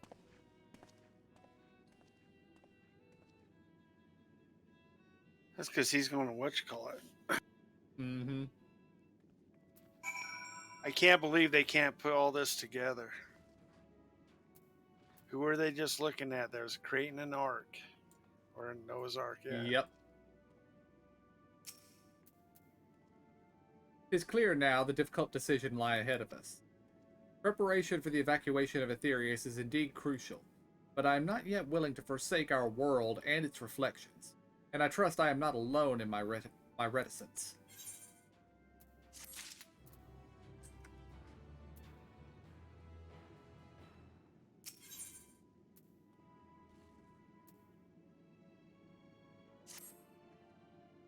Did J seem strange to you? More so than usual, I mean. I know he has a penchant for keeping his own counsel, but I'd be lying if I said I wasn't worried. You go see if he's all right. Estelle and I will remain here and see what else we can learn about the final days. If you hurry, perhaps you can catch up to it.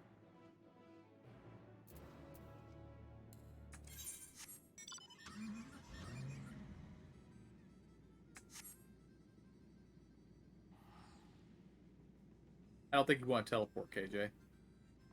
Why not? It looks like where we're going is on the ground. But it's right next to the thing and up. Alright, alright.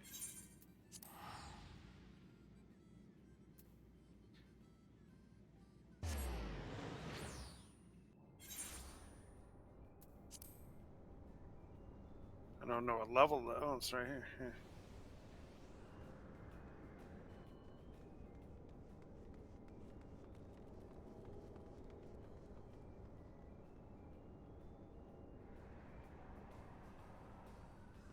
Oh, we don't even have to jump. It is up here.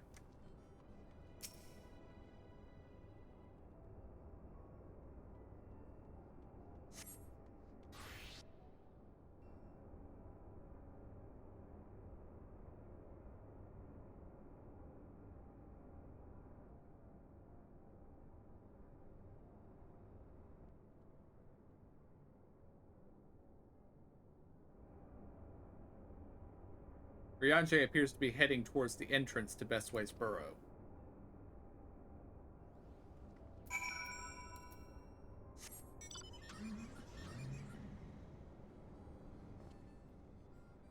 Oh. I'm dumb. The teleporter's on the ground floor. I thought it was up in the air for some reason.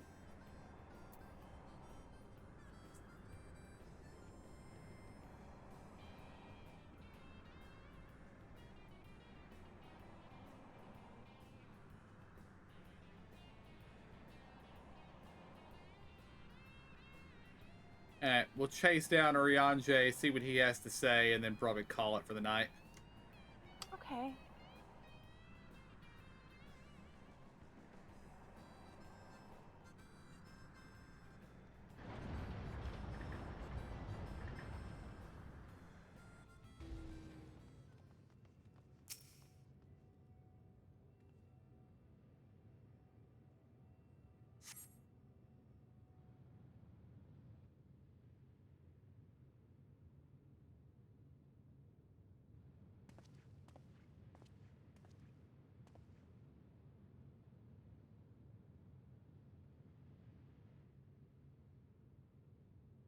Ryanje ventures off into Mare Lamentorum for reasons unknown.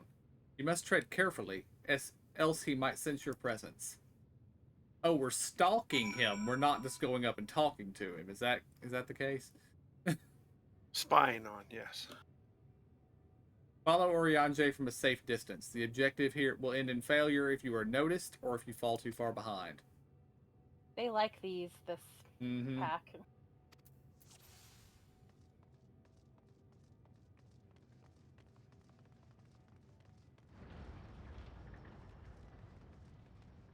I don't see much in the way of cover.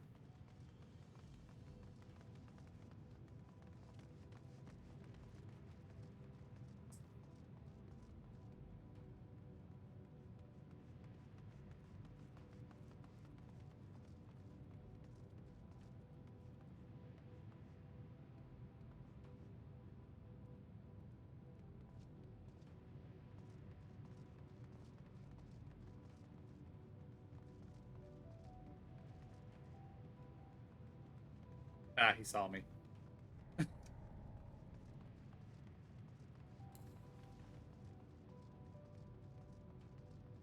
I got a little too close.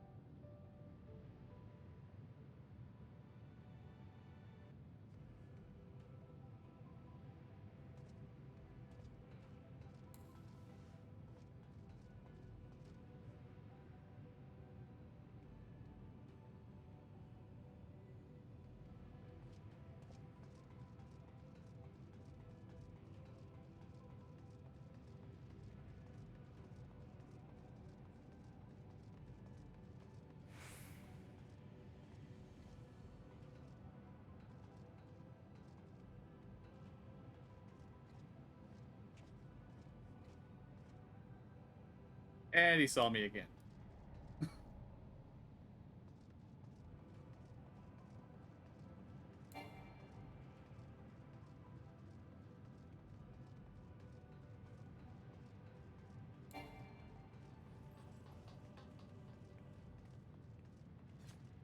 JJ, Emo, did you guys make it to the end? Yeah. Yeah. Okay. Yep.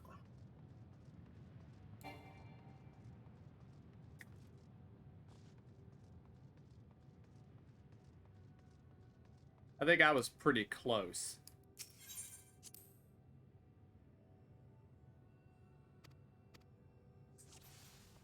I made it after the running segment when he turned around after the second bridge. I didn't have anywhere to hide.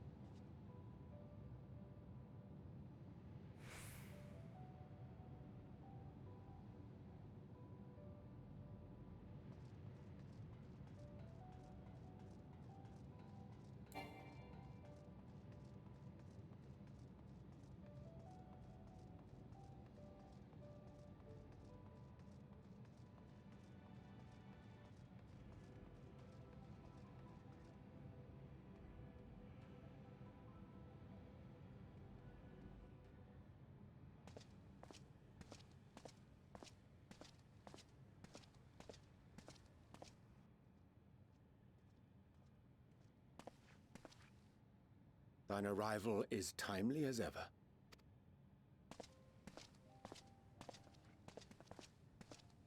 Thou didst chance to overhear my conversation with Living Way, I presume?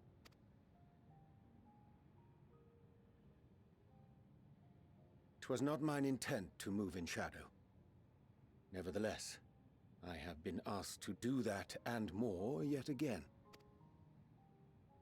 Is it so plain that these strangers could intuit it at a glance? My capacity for silence and secrecy and duplicity? When Grahatir did contrive to deliver the first at the price of his own life, I was complicit in the scheme.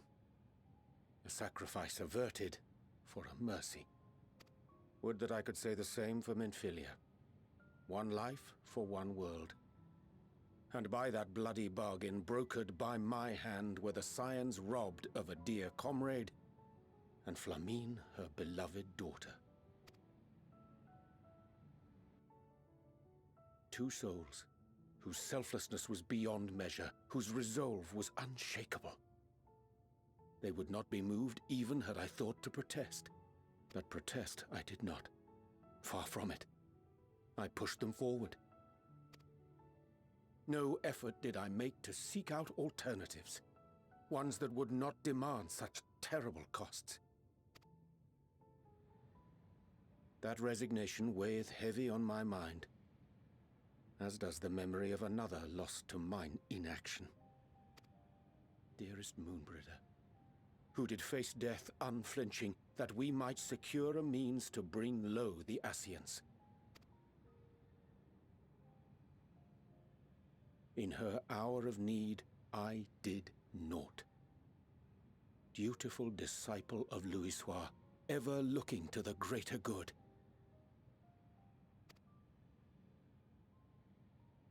Had I shut mine eyes and bid her live instead, mayhap she would be with us today.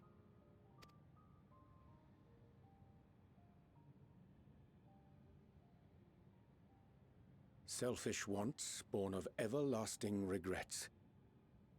Most days I put them from my mind, but could think of naught else when asked to swallow the same bitter draught. Subterfuge and sacrifice. Mayhap the right moral choice, but one I regard with great trepidation.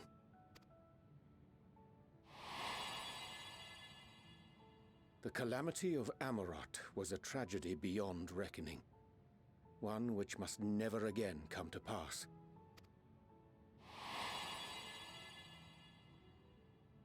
Thus must we struggle, haunted by ghosts of those we have lost, clinging to those we pray we can yet save. But what of those we cannot? How do we make peace with the dreadful algebra of necessity?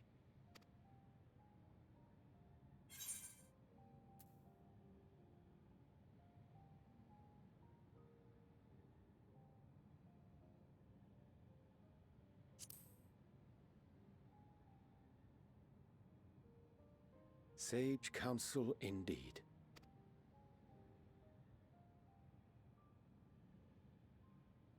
I see. Wisdom as befits a great worm. Curious that he should think thee in need of such encouragement. Strange. Scarcely can I remember when last we spoke alone, and so candidly.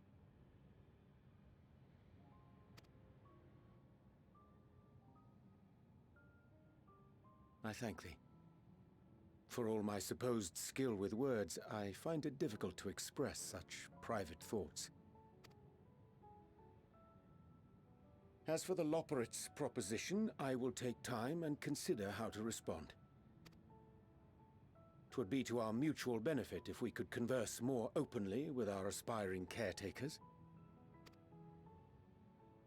A concern I should be glad to address on the Scion's behalf. To dispense with all pretense and bare one's heart to another is a frightening thing indeed. But we cannot move forward ere we take that bold first step. A lesson I have learned many times before. And today.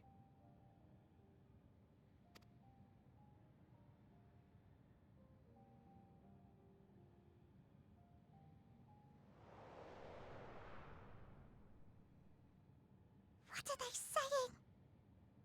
Curse these ears! I've heard bugger all! No matter. We've got our plans.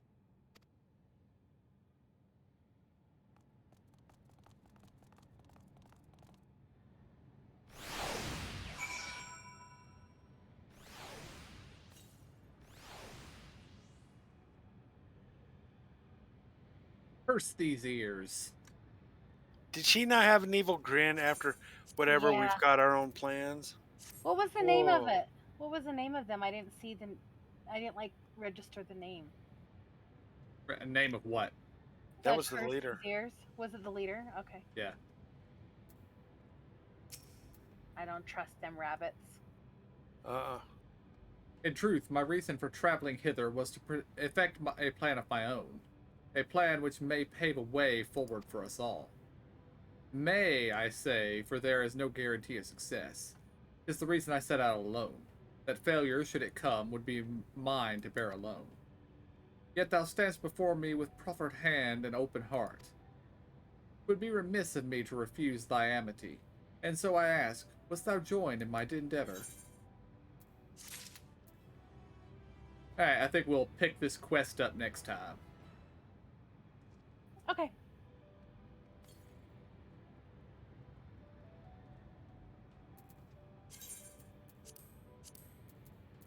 Okay, just 1 second, let me wind down the stream.